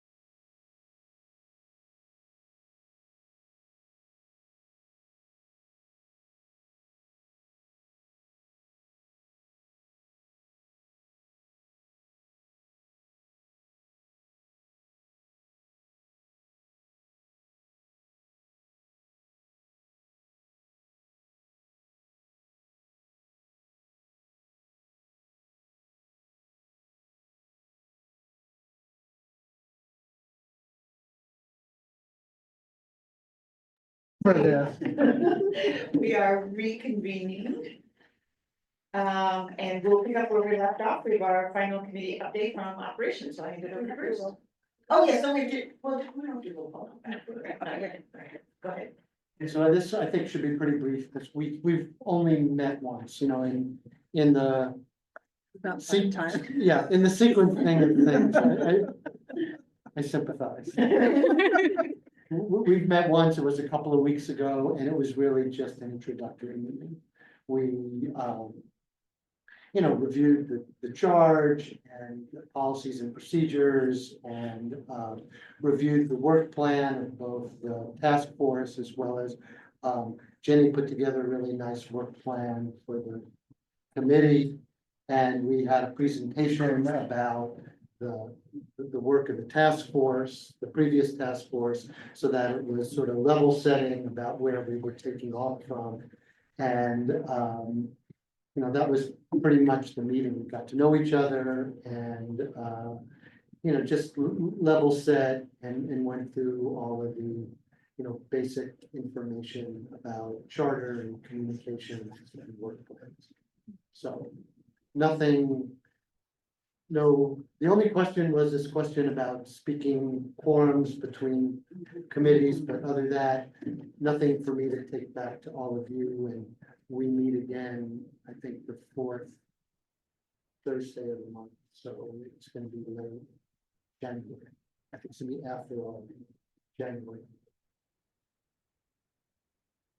And I will, Cheryl, I'm gonna look at when on our schedule we look at waivers. I don't remember Okay. offhand, but it may be a little farther out Yeah. than you want, and we can move that. Okay, Nothing set in stone. all right, okay.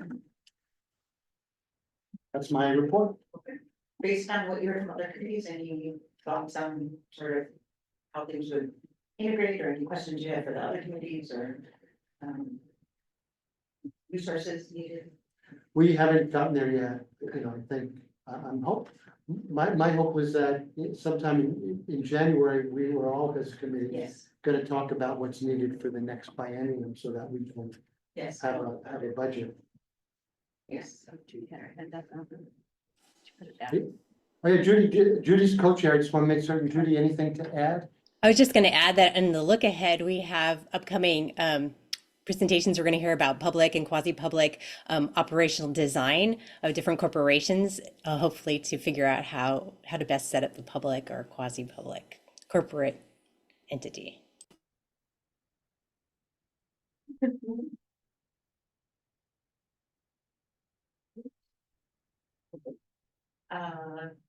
Then we're gonna, I'm gonna turn it over to Judy to kind of go through the straw proposal process again and start talking about integrating with the committees. Go ahead, Judy. Thanks, Chair. You'll see if you're looking at the agenda and you click on the 11.1, you will see the actual form that is a straw recommendation. These are the elements in the slide that you can see up here. The intention behind this is just to provide the committees a tool for when they are consolidating around an idea or a directional path, or have even a question about that for the board before they really pursue a lot of work and go down the path. It is our hope that the chair of the committee will either delegate or complete this straw recommendation form that will help to center the recommendation around the preliminary structure of the board, help determine whether the potential recommendation aligns with the values and principles of the board, and if it doesn't, why. Perhaps this work has exceeded that. That would be interesting to hear. The recommendation champion in the committee, if that's not the committee chair. Dependencies is about what other work will be impacted by this recommendation, or then resources needed, what other data or resources are needed for the committee to really flesh out the recommendation and come with a more formal proposal.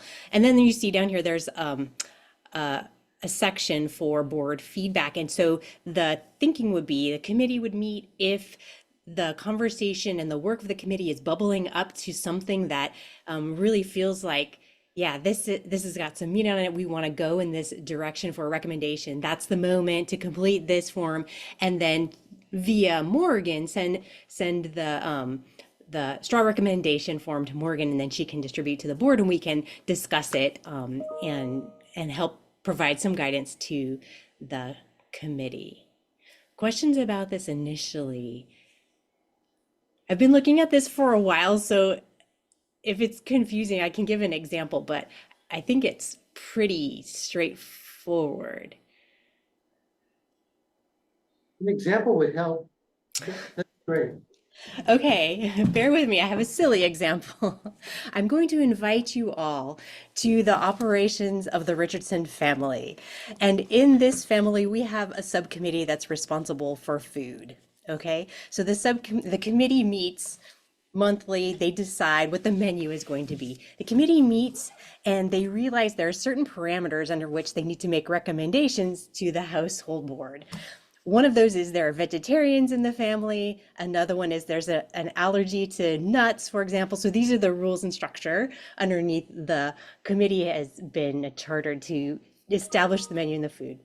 The committee puts their head together. They come up with a great idea to design a menu around Indian food, because they chose Indian food because it's economical, because it would meet all of the needs of the family members, and perhaps they would be able to set some rules so there are no nuts in the menu. The dependencies with that are going to be the finance and budget committee who has to do the shopping for the food. So they would put that in as a dependency. If you go through the straw recommendation, so the food committee makes a straw recommendation. The committee is the food committee, and the date it was submitted, the date of the next board meeting, so they know when they're going to get approval. High level summary, this is to provide a nutritious meal for the family. Focus of the recommendation is we are planning specific menus under the theme of Indian food. There's going to be some curry, there's going to be some interesting things, but they will align with the parameters of the Richardson family structure, which are no nuts and vegetarian accommodations. Those are the alignment of the board structure and the values and principles of the board. How does the recommendation relate to the committee's deliverables? Well, we've been set with a charge to set a menu, and it aligns perfectly. There's a champion, that might be the chef or the cook in the family, and then the dependencies, as I mentioned. So we're going to need somebody to approve the shopping list and the budget, and we may need to check in and make sure that everyone's not completely opposed to trying something with coconut milk because we're going with Indian food, for example. Resources needed, we need the time, we need the groceries, we need to have access to the kitchen. And then it goes to the board, the head of household, to approve or not approve, send back feedback. The feedback might be, no, this is too expensive, or yeah, go for it. Tell us specifically what kind of food you're going to serve and which meals are all 3 meals. It's a super silly example, but I hope it kind of walks through each of those elements. You get this glimmer of an idea, and the committee's like, yeah, we want to go in this direction, but we want to get the board's endorsement. And really, it's not that the board has to control things, it's that the board sees all of these dependencies and is trying to make this cohesive structure of multiple work streams going full blast on their own deliverables. And so in order to align that and bring it so that it creates a cohesive product, this tool hopefully will help do that. Does that help, or does that confuse things? That was great. I want to eat at your house. Yeah, so just to emphasize that a recommendation to the board is like a 2-step process, and if you sense that the committee is sort of going in a certain direction, and what we want to fine tune and what we're not quite sure of yet is the level of granularity of these recommendations, like how granular does the recommendation have to be before you bring it to the board? And it really is like, if your committee is starting to gel around an idea and you want to confirm with the board that that's where we're going, please put something forward, like sooner rather than later, so that the board can consider it, think about the resources needed, and then getting approval on a straw recommendation means you go back and you really dive in and you really make a thorough recommendation about it to bring to the board for final approval. So like you'd be saying, like, if it just seems like you're congealing around an idea, please use that opportunity to use this form, bring it as a straw proposal so that the board can consider it. Yeah, Cheryl. I did want to bring it to practical operationalization of the straw proposals, because as you can imagine, this has come up already in the Finance and Revenue Committee a number of times. And it began with trying to figure out the approach to calculating healthcare expenditures. And we came to this consensus to use this hybrid approach. But I know we were talking about potentially moving this up to the board as a straw proposal, but then just decided to go with this approach. Now, to me, if I'm understanding this right, straw proposals, and you said this actually yourself earlier, that would be the cost sharing recommendations. So that might be a straw proposal, or it would be. Two other big ones for my committee is the total healthcare expenditures calculations that we come up with that hybrid approach, that would be a straw proposal, like this is what you think it is. And then the second would be, here's our revenue plan. I mean, yeah, so those are concrete examples. Exactly, Yeah. and a revenue plan at a very high initial level, Right. not into detail of how Not it would into work, but we're thinking we would do this, this, and this, Yeah. that's a great example. of Okay. how. Okay, thank you. Yeah. But- No, I think this is great. My only comment is, I just don't want to see us get this to be too granular and too bureaucratic and where it actually slows up. Yeah. But it needs to, I think it's a great way to document communication and document recommendations. Yeah. And that's good, but I don't want to see a 10-page memo that No, goes into all of this and that takes up valuable time. Okay. exactly, brief, exactly. Yeah. So the example I gave in my report out, I'm now wondering like, does it have the example of just sharing information with the other committees from the Chip and Shaw reports? Like, is that something that? Cause I think staff had recommended that we bring it back in our January meeting with a straw proposal to the committee. And then bring it to the board, and that seems kind of tedious. Yeah, For just sharing information, like, it seems like as co-chairs, you know, Michelle and I should be able to be like, we informed the board, they thought it was a good idea. I don't think that's something we have to take a vote on, just share information, you're exactly right. and we can just Yeah. advise staff to just share it. Totally, yes. Okay. A straw proposal is something that your committee is recommending as a course of action, Yeah, in terms of your work toward your deliverables. yeah. So you have certain deliverables That that makes you come up sense. with, and so if you're recommending a course of action for your deliverables, that's what will qualify for a straw proposal. Not Sharing just information sharing. That Okay. doesn't count. Thank you. In that PDF, there's a board decision-making process. We've provided the work streams as well for reference, the timeline for phase 2 and 3, and then just a reminder of the 12 elements of the preliminary structure of the board. So hopefully that's helpful as you're thinking through, well, does it align with the preliminary structure? Is this part of our deliverable? And where in the cadence and process does a straw proposal land?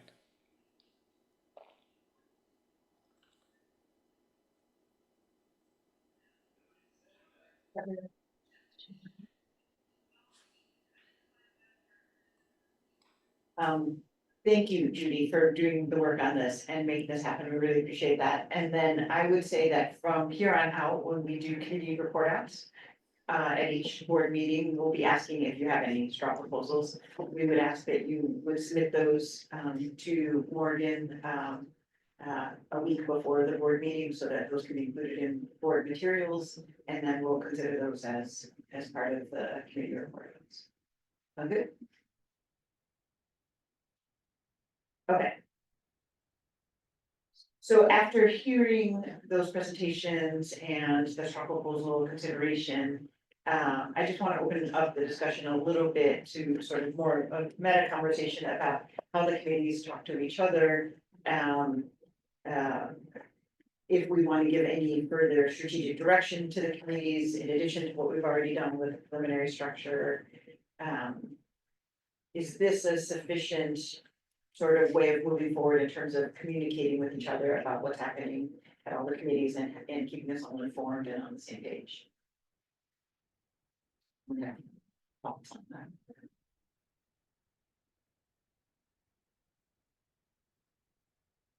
I think we're off to a reasonable start. Does anyone feel like, based on what you heard from the committees, that our committees need a little bit more direction from us or specific topics? Everyone feels pretty good. Just the, what I proposed to the board, as far as like thinking through the cautionary notes and stuff. Yeah, I trust people are gonna bring back, chairs will bring back what they feel they Yeah. need input on. Yeah. And then in terms of communicating between committees, it's come up several times, of how we communicate between committees. Any thoughts on that? I mean, should committees reach out to each other to arrange meetings? Or what I was suggesting was, come up with a list of questions for other committees and have that go to the chair, and then as part of this process, go back. Just to avoid violating any public meetings laws by having people sort of free form it between committees.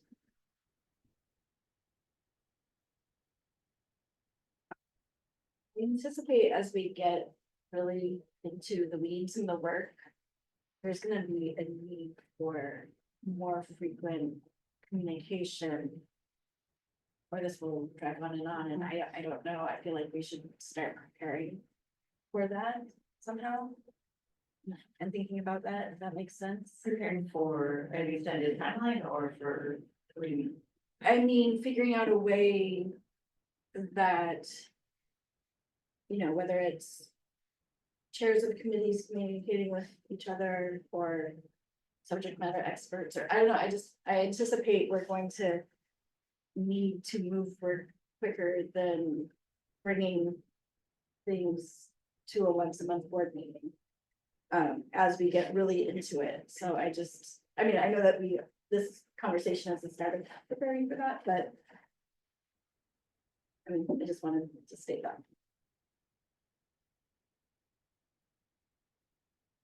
Anyone else on committees? Yes. Yeah, I would just back off that.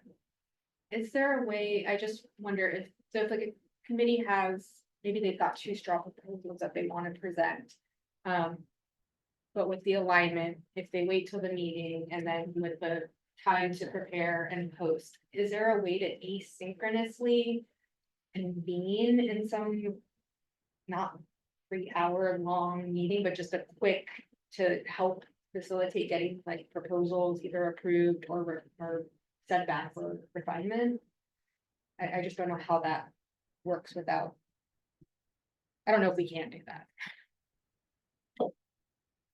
You can try our supplemental meeting concept with the finance and revenue committee.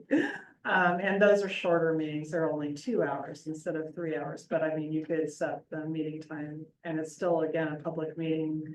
And it still requires quorum, if you're talking about within your committee, or maybe you're talking about the product committee. Well, we could do that. Or committee chair to committee chair as kind of, depending on the relevancy in which, what the topic is and which other committee it impacts the most.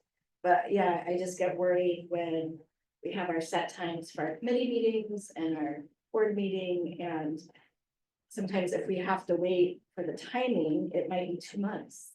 Because of, like Bruce's operation meeting needs an active board meeting, or, just the sequencing and timing, and so I feel like we need to anticipate a need for more communication. And start creating a plan for that, whether it's committee chair, or I don't know what that looks like, but it just seems like we're gonna need it. Would board members be open to the idea of a supplemental meeting between our monthly meetings that we would attempt to limit to 1 hour just to review and vote on straw proposals? I mean, the idea would be you would get them by email and read through them, and then we would convene between monthly board meetings for a short time just to take a vote on the straw proposals. And we would need to limit it to 1 hour or less. Would that be a reasonable option? Yes, and I'd ask staff, and do we have a calendar now with all of the meeting sequenced? It's not officially published on the website, that should happen in January. Okay, cause yeah, I'd ask for some recommendations or a way for us to look at. Visually the sequencing of the meetings so that we strategically pick a time that really makes sense. I would just add a request that be a virtual meeting. Yes, Yes. definitely. So can we do a fist of five on that idea of like adding in some supplemental meetings for the exclusive purpose of approving straw proposals?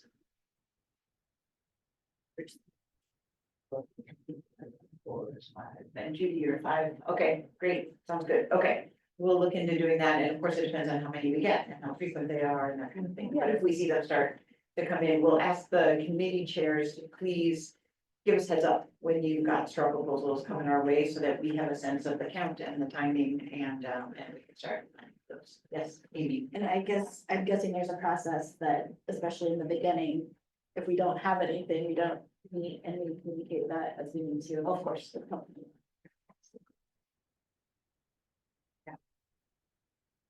Another question that I had was about, do any of the committee chairs or anybody on the board have specific questions that we need more research on? So questions for our consultants that you would like somebody to dig into and give us more detailed information on in order to inform your discussions. One that I had for sure was around behavioral health. So we have a million questions about behavioral health and how it's currently funded, how could it be funded, how, if we were to redesign the funding of behavioral health, what would that look like? Yeah, sure. Oh, go ahead. Forget that. Get that with me. Okay, Yeah. We have subject matter expertise on that, even within my own committee and myself, and we can get Oregon Health Authority involved.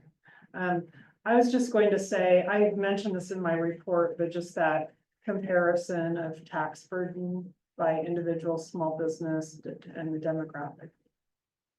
demographically separated. Or by demographic group, that's what I'm trying to say. okay. I did. I think in addition to that, getting some data on thinking more in terms of eligibility, like how many residents or how many people do we have working here, living elsewhere, living here, working out, like if we can get some kind of like tangible number so that we know what covering these populations actually means.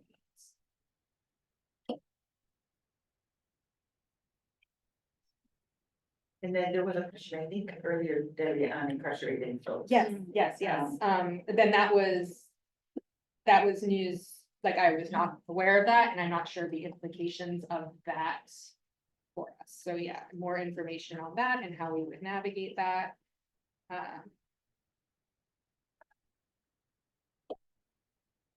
Daisy. Mine's more a question for Debbie, because I haven't heard it in the report out, and it's not necessarily coming from my committee, but it's after question. So, I'm wondering, so the current process with the HERC, for determining things that are covered, for Oregon Health Plan, is there some kind of body or structure like that being, and I don't know if that's where that falls, which committee, but like, some way that, things are brought. Public process for Public determining process for benefits. determining benefits, thank you. Yeah, and I thought about this because I am in a Oregon Ehlers-Danlos group, because my child has CBS. And they've been organizing about bringing stuff to HERC, and they are now organizing and communicating about our meetings. So it made me think about Yeah, I'm trying to like find it now. There was definitely a question about that came up. I want to say, I think it may have even been in our like breakout group specifically that somebody asked about like who determines coverage and like, is this we the ones that determining that, so yes, that is on the radar. And I had it somewhere in the notes, but yes. I think the idea would be it would, the HERC would evolve somehow to meet that part of this plan, that there would be a similar process to the HERC to decide. That would be really necessary at the state level as new treatments and therapies come on board, everything needs to get sort of evaluated and determined what's on the That's what plan. I figured, we just hadn't, said the words in the meeting I've been in yet. Yeah. Yes, Sharon. I wanted to respond to Debbie's question about the inmate exception rule. So yeah, that's been a thing forever, that inmates aren't covered by Medicaid, that their Medicaid is either terminated or suspended in Oregon. Federal law. Yes, by federal law. And we do have an 1115 waiver in place right now that will allow Oregon Health Authority to continue Medicaid coverage for inmates. This includes pretrial detainees actually, for up to the last 90 days of their incarceration. For certain services, it's limited though, and this won't start until 2026, but that's all to say that the person who leads that, it's called a carceral project. I bet she'll have the data that you're asking for, because they've had to figure out like, who is the universe that we're talking, what's the population that we're talking about, and I'm happy to connect.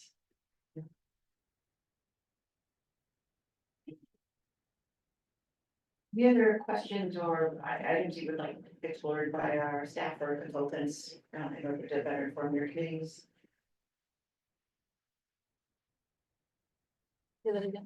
Any other questions that you would like staff or consultants to explore to better inform your committee? Go ahead.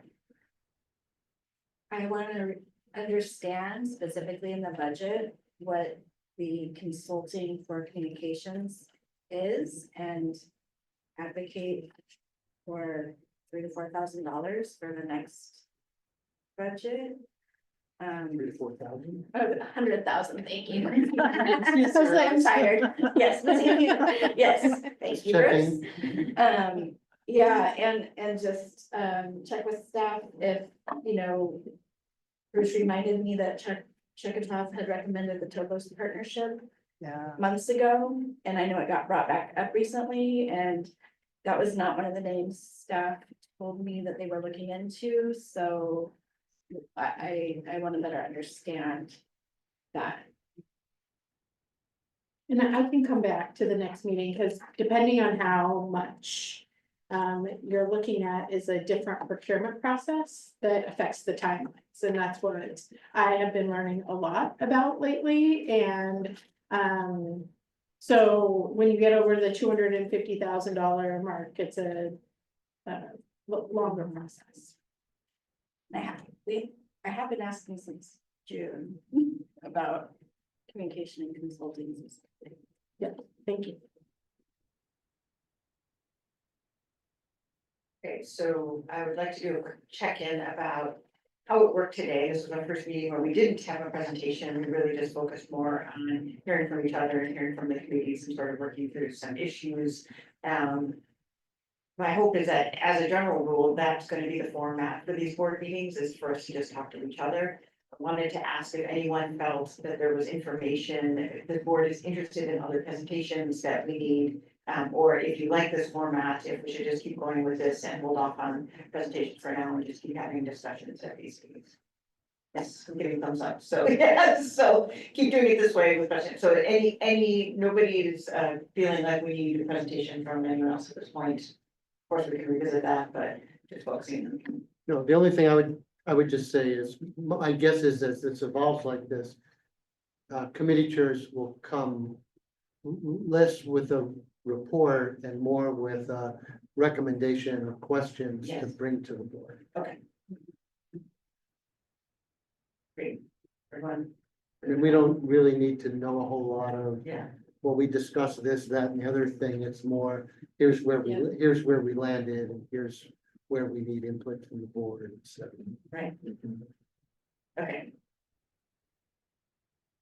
Okay, and so in terms of meeting takeaways, I think we had this item on our agenda specifically to we have this ongoing PowerPoint and talking points sheet that we've been, staff has been very gratefully working on overtime to kind of keep up to date. And that the purpose of that is if you're talking to community groups or folks interested in our work in any way, that we have a standard PowerPoint and list of talking points to go through. And so we always review at the end of our meetings if there's any important takeaways. I don't think there are specifically from this meeting, just that, you know, the committees are engaged in their work and are starting, but nothing that would require sort of adding on to that. But if anyone disagrees, can add more information to those talking points. And then just a reminder to everyone that if you are being asked to talk about our work or want to talk about our work, that those resources exist for you. There's ready-made PowerPoint and ready-made talking points to kind of go over the board's process and their work so far. And so please avail yourself of those if needed. And with that, I wanted to ask if anyone has had any invitations or is interested in speaking to any groups, has had any outreach opportunities. Cheryl? I don't know that this is outreach, and I'm sure I'm not the only one, but I did have a meeting with the HCAO president, Valdez Bravo.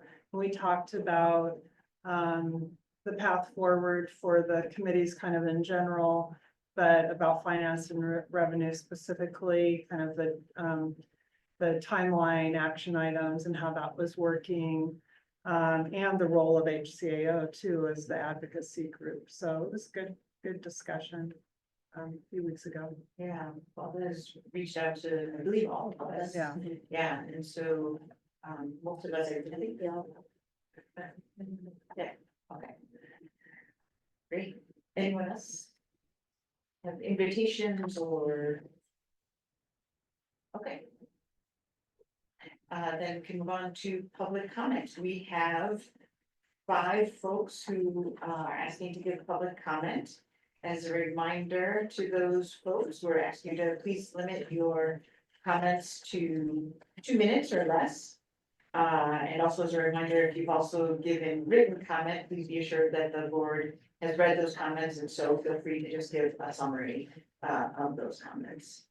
And we can start with Alex, please forgive my pronunciation. Give another minute. Yeah. We can do 3 minutes, yeah, so, okay, yes, we have time. We have time so that each of our presenters can have 3 minutes. We've set the timer as such, so Alex, we can start with you. Can you hear me? Yes. Great. First, I want to thank the board and the committee members for, you know, all their time and commitment, expenditures on this effort. That's extremely important. I did have a comment on the communications policy. I was going to request that staff and the DOJ council quit scaring board and committee members into not talking with each other. But that was effectively handled earlier with Bruce's excellent suggestion on striking the offending passages from that policy document. So appreciate that. With regard to Bruce's concern about quorum issues when committee members meet with each other to collaborate or present, I think one easy way to avoid that is if 1 or 2 members from either the committee or the committee subgroup were to just attend the other committee meeting and bring forth, talk about the proposal and ask for feedback or whatever they need, then that's already in a public meeting, noticed public meeting, and then there's no issue about quorum. Plus, you know, they could just visit for 15 or 20 minutes and you know, not have to attend the whole committee meeting, whatever, just make a time slot for that. The other thing I wanted to address was, I noticed at the last Finance and Revenue Committee meeting, I've been following those, a member suggested that other members review previous presentations from the task force meetings. So when they get an expert to present at the meeting, they don't have to go over basic information that's already been presented, and that so the members could use their time more productively, you know, for questions and so on in discussion with the experts. So I would just ask that policy be recommended to all the committees or the subcommittees so that, you know, to kind of make it more efficient, since there's so much work to be done, and not a lot of time to do it in. The other thing I was going to ask was, it seemed like staff decided they didn't want to provide minutes anymore, but so I was going to say, please provide those minutes, because they're great for people who can't watch the whole 3 hours but want to know what the committee's doing. I know the video recording satisfies the public meeting law as far as a recording, but I noticed the minutes were just posted. So please do continue to do those minutes, because they're really useful for those who don't have the time but are interested as far as the public goes and what's going on. And again, thanks for all your work, and keep up the good work. Thank you, Alex. We appreciate your comments. Michael Huntington? Yes, can you hear me? Yes. Okay, I will try to put on video as well.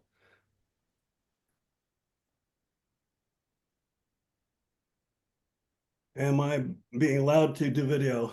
Oh, here we go. I'm Mike Huntington, a retired radiation oncologist in Corvallis. Thank you for serving on the board and hearing my testimony. I seek major health care reform in Oregon and the nation because I saw too many patients who refused or delayed care too long because of cost.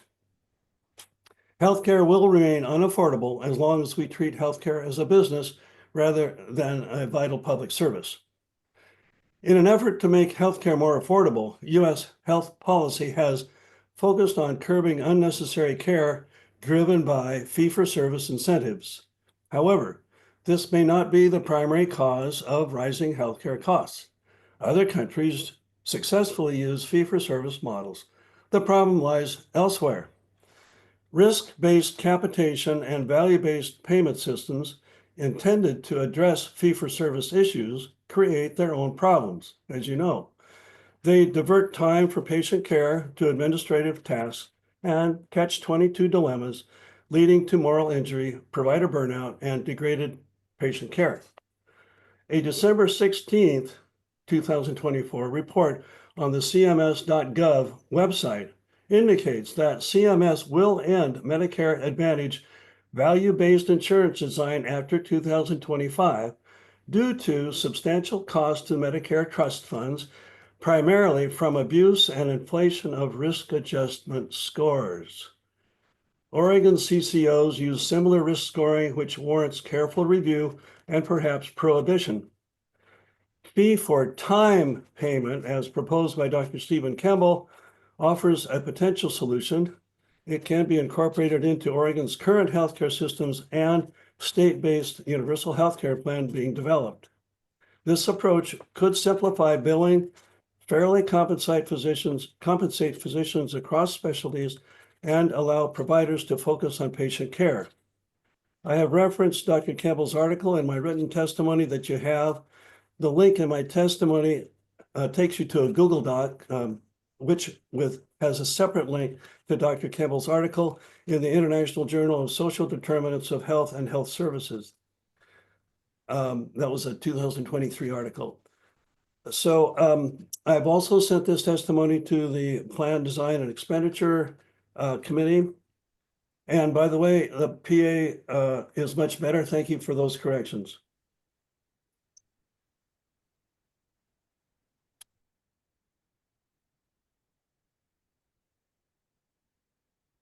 Thank you, Dr. Huntington. Is that the end of your testimony? Okay, thank you, Dr. Huntington. We appreciate it. Okay, moving on to Valdez Bravo.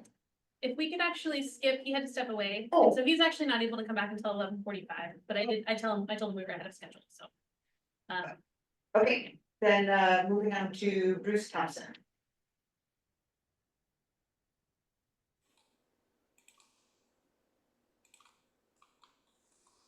Hello, can you hear me? Yes. Oh, thank you for this opportunity. I have a comment regarding what was recently discussed this morning. I have been attending the Finance and Revenue Committee as well as the supplemental meetings.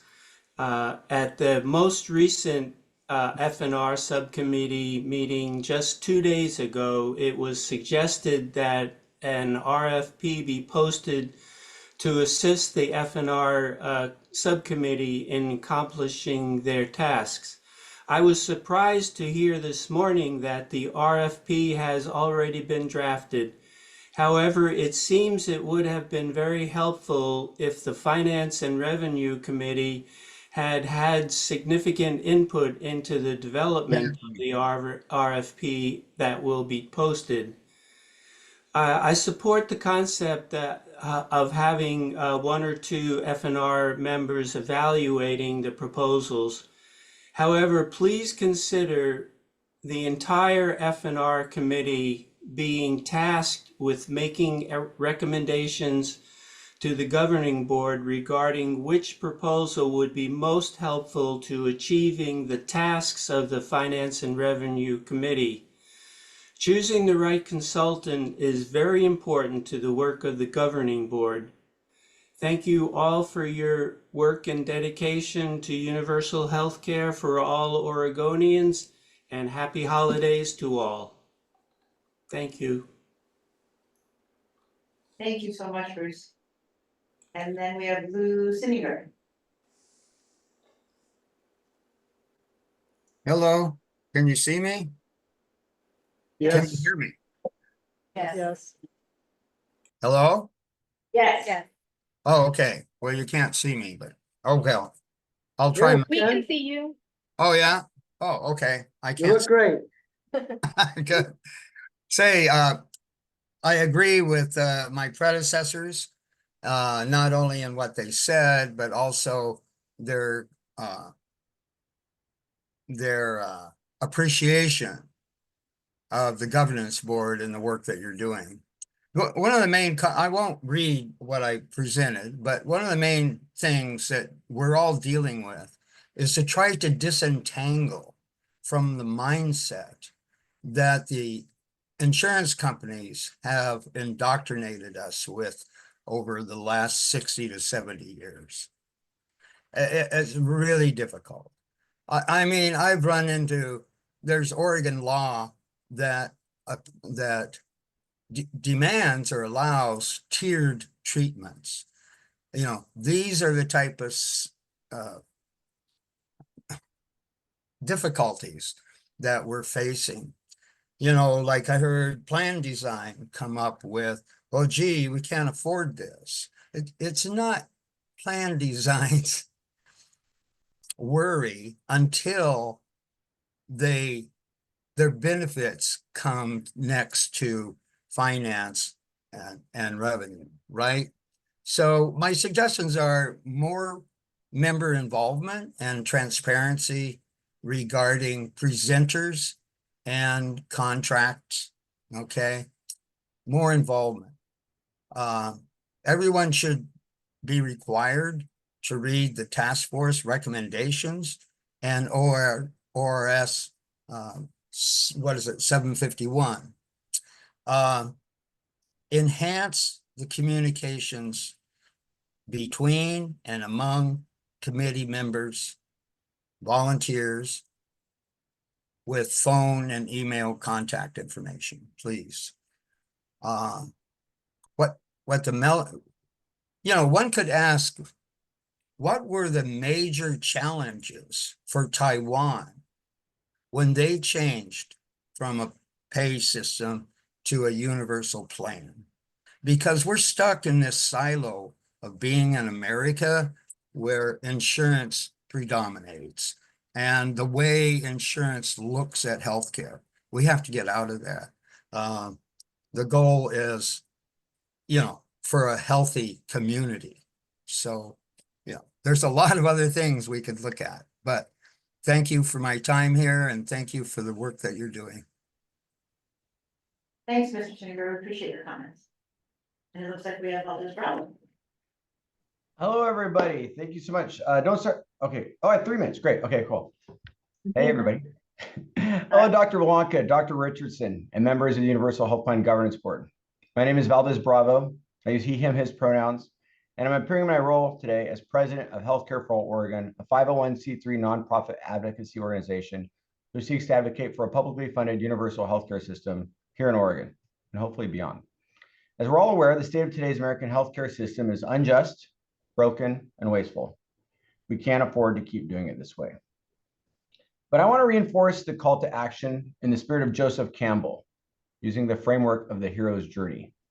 The hero's journey is where the hero leaves the ordinary world, heeding a call to action, crossing thresholds and facing early trials and tribulations, working with allies and facing off against enemies, experiencing tricksters and shapeshifters, and then ultimately undergoing a huge ordeal. Now, if they prevail, it's a happy ending. If they do not, it's a tragedy. Ultimately, we hope our heroes prevail, that they return home with the elixir, and that their people benefit from the newfound magic or knowledge or cure.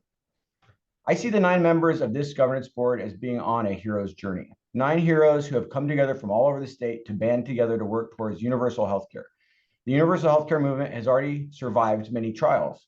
The passage of SB 770, publishing the recommendations of the Joint Task Force on Universal Healthcare, the passage of Measure 111, which added healthcare as a human right to the Oregon Constitution, and now the passage of SB 1089 and the creation of this Universal Health Plan Governance Board.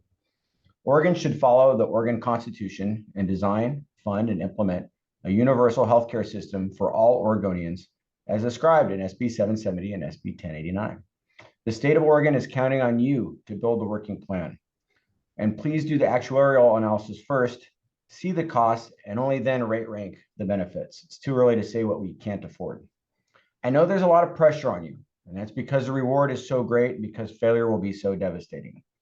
I urge you to move as aggressively as possible so that we have the details of the universal healthcare plan system to include payment models and impacts by September 2026. I know, like many of you, there's a lot of Oregonians out there that support universal healthcare. 59%, I think. 91% think it's too expensive. 80% think it's too complicated. They support it, but their question is always, how much is it going to cost? You're going to help us figure that out. And don't worry about what will come next. HCO and our many allies and advocates here in Oregon will carry forth the plan on the next leg of the hero's journey, the sequel, making it real. Thank you and happy holidays. Thank you so much, Valdez. Appreciate it. Hoping to take just a couple of minutes to clarify some of the things we heard in public comment. Somebody suggested committee members attending committee meetings, other committees as a way of sort of interacting together. Is there thoughts on that or concerns? I would say that if that's going to happen, that the folks who want to attend another committee's meetings ask permission of the chair before they do that. Amy, did you? Well, what I heard from the suggestion, part of it wasn't, everybody attend everybody's, but especially like if there's something distinct, that comes out of finance or plan design, they could be added to an agenda to maybe present their piece to the other committee is one thought that I thought I heard out of that, or maybe I just took that out. As a way to cross-pollinate our information, like as appropriate as we start having information to share on these committees. And I thought that was a great suggestion, or at least what I took away from the suggestion. Yeah. Sure. Yeah, I would say I think it is a good suggestion. I think we'll just have to wait and see how that actually works out with the timing and the cadence. I actually don't know exactly when everybody meets and whether I would even be available at those times. So I think I like the idea. The practicality of it with schedules might be challenging. Mm-hmm. I was actually going to suggest that when we were talking about informing each other, that you could sit in on a committee meeting. I do agree with you, Amy, that this was at a different level, like actually putting someone on the agenda. So that would take more planning for sure to add to the agenda of the committee. And just in terms of the way committees work, so only the committee members are able to speak during a committee meeting. So then I guess if someone's observing the meeting, I just wonder how we would do that. Like, would they participate in then public comment or how, that's the only question I would have in terms of their participation in the discussion. Yeah, I guess that's what I was trying to get at. You kind of clarified it a little bit better than I did, but they're public meetings, so anybody can attend any of these meetings, right? So the committee members are always welcome, and I hope they listen to our meeting and to other committee meetings if they're interested. But I would say if there's a committee member from one committee that really wants to provide input or ask questions or engage with another committee on a formal level, then they would need to ask permission from the chair well in advance of that meeting. The chair would have the prerogative to decide if that would work or not, and how much time they would allocate to it, and then invite them like a speaker, right? So, and then they would know in advance and be able to participate as like a speaker during the meeting is what I would suggest. Yeah, so just as follow-up, then we would really need more than a week in advance, because the committee agenda is published a week in advance, so 2 weeks. and for finance and revenue, we're meeting every 2 weeks, so it would have to be right after that one meeting, and then we decide who's gonna be on the agenda. And in fact, what we started doing, I forgot to mention this in my report, we're starting to create the agendas for the next meeting together as a committee. So we're already, kind of drafting the agenda at the end of that meeting for the next one. So perhaps the process should be then to reach out to the chair of the committee that you'd like to attend. And then the chair can decide the timing, like when they would be able to come and how much time they'd be given. I would just give that prerogative to the chair or to decline it altogether. That's all okay. I'm wondering if there's a distinction, because I was thinking board member attending committees and then we brought committee members. And I'm wondering if there's a distinction how board members interact. I mean, some of it would be the same, but I'm just trying to understand. I think it's the same. I think board members can attend other, committee members that they're not part of anytime you want to, so just listening in. I've done that before too, but if you wanted to engage in the meeting for some reason as a board member, again, asking permission of the chair and asking for a time and when that would be appropriate in terms of which meeting and how much time, I think is a courtesy. Is that okay? Judy? Thank you, Chair. I would like to request a standing agenda item that is the board calendar, and we don't even have to spend time on it. It can just be a calendar review, and it can list the upcoming committee meetings and their topic of discussion. For example, operations, the next 3 meetings we're talking about corporate design, waivers, and whatever it is, so that everyone can see in one place at the board meeting, this is what's going, like, the topic of the meetings and the time and date that the meetings occur. That's a great idea, Great. Judy. Yeah, that's excellent, Judy. Thank you. Sorry, Katie.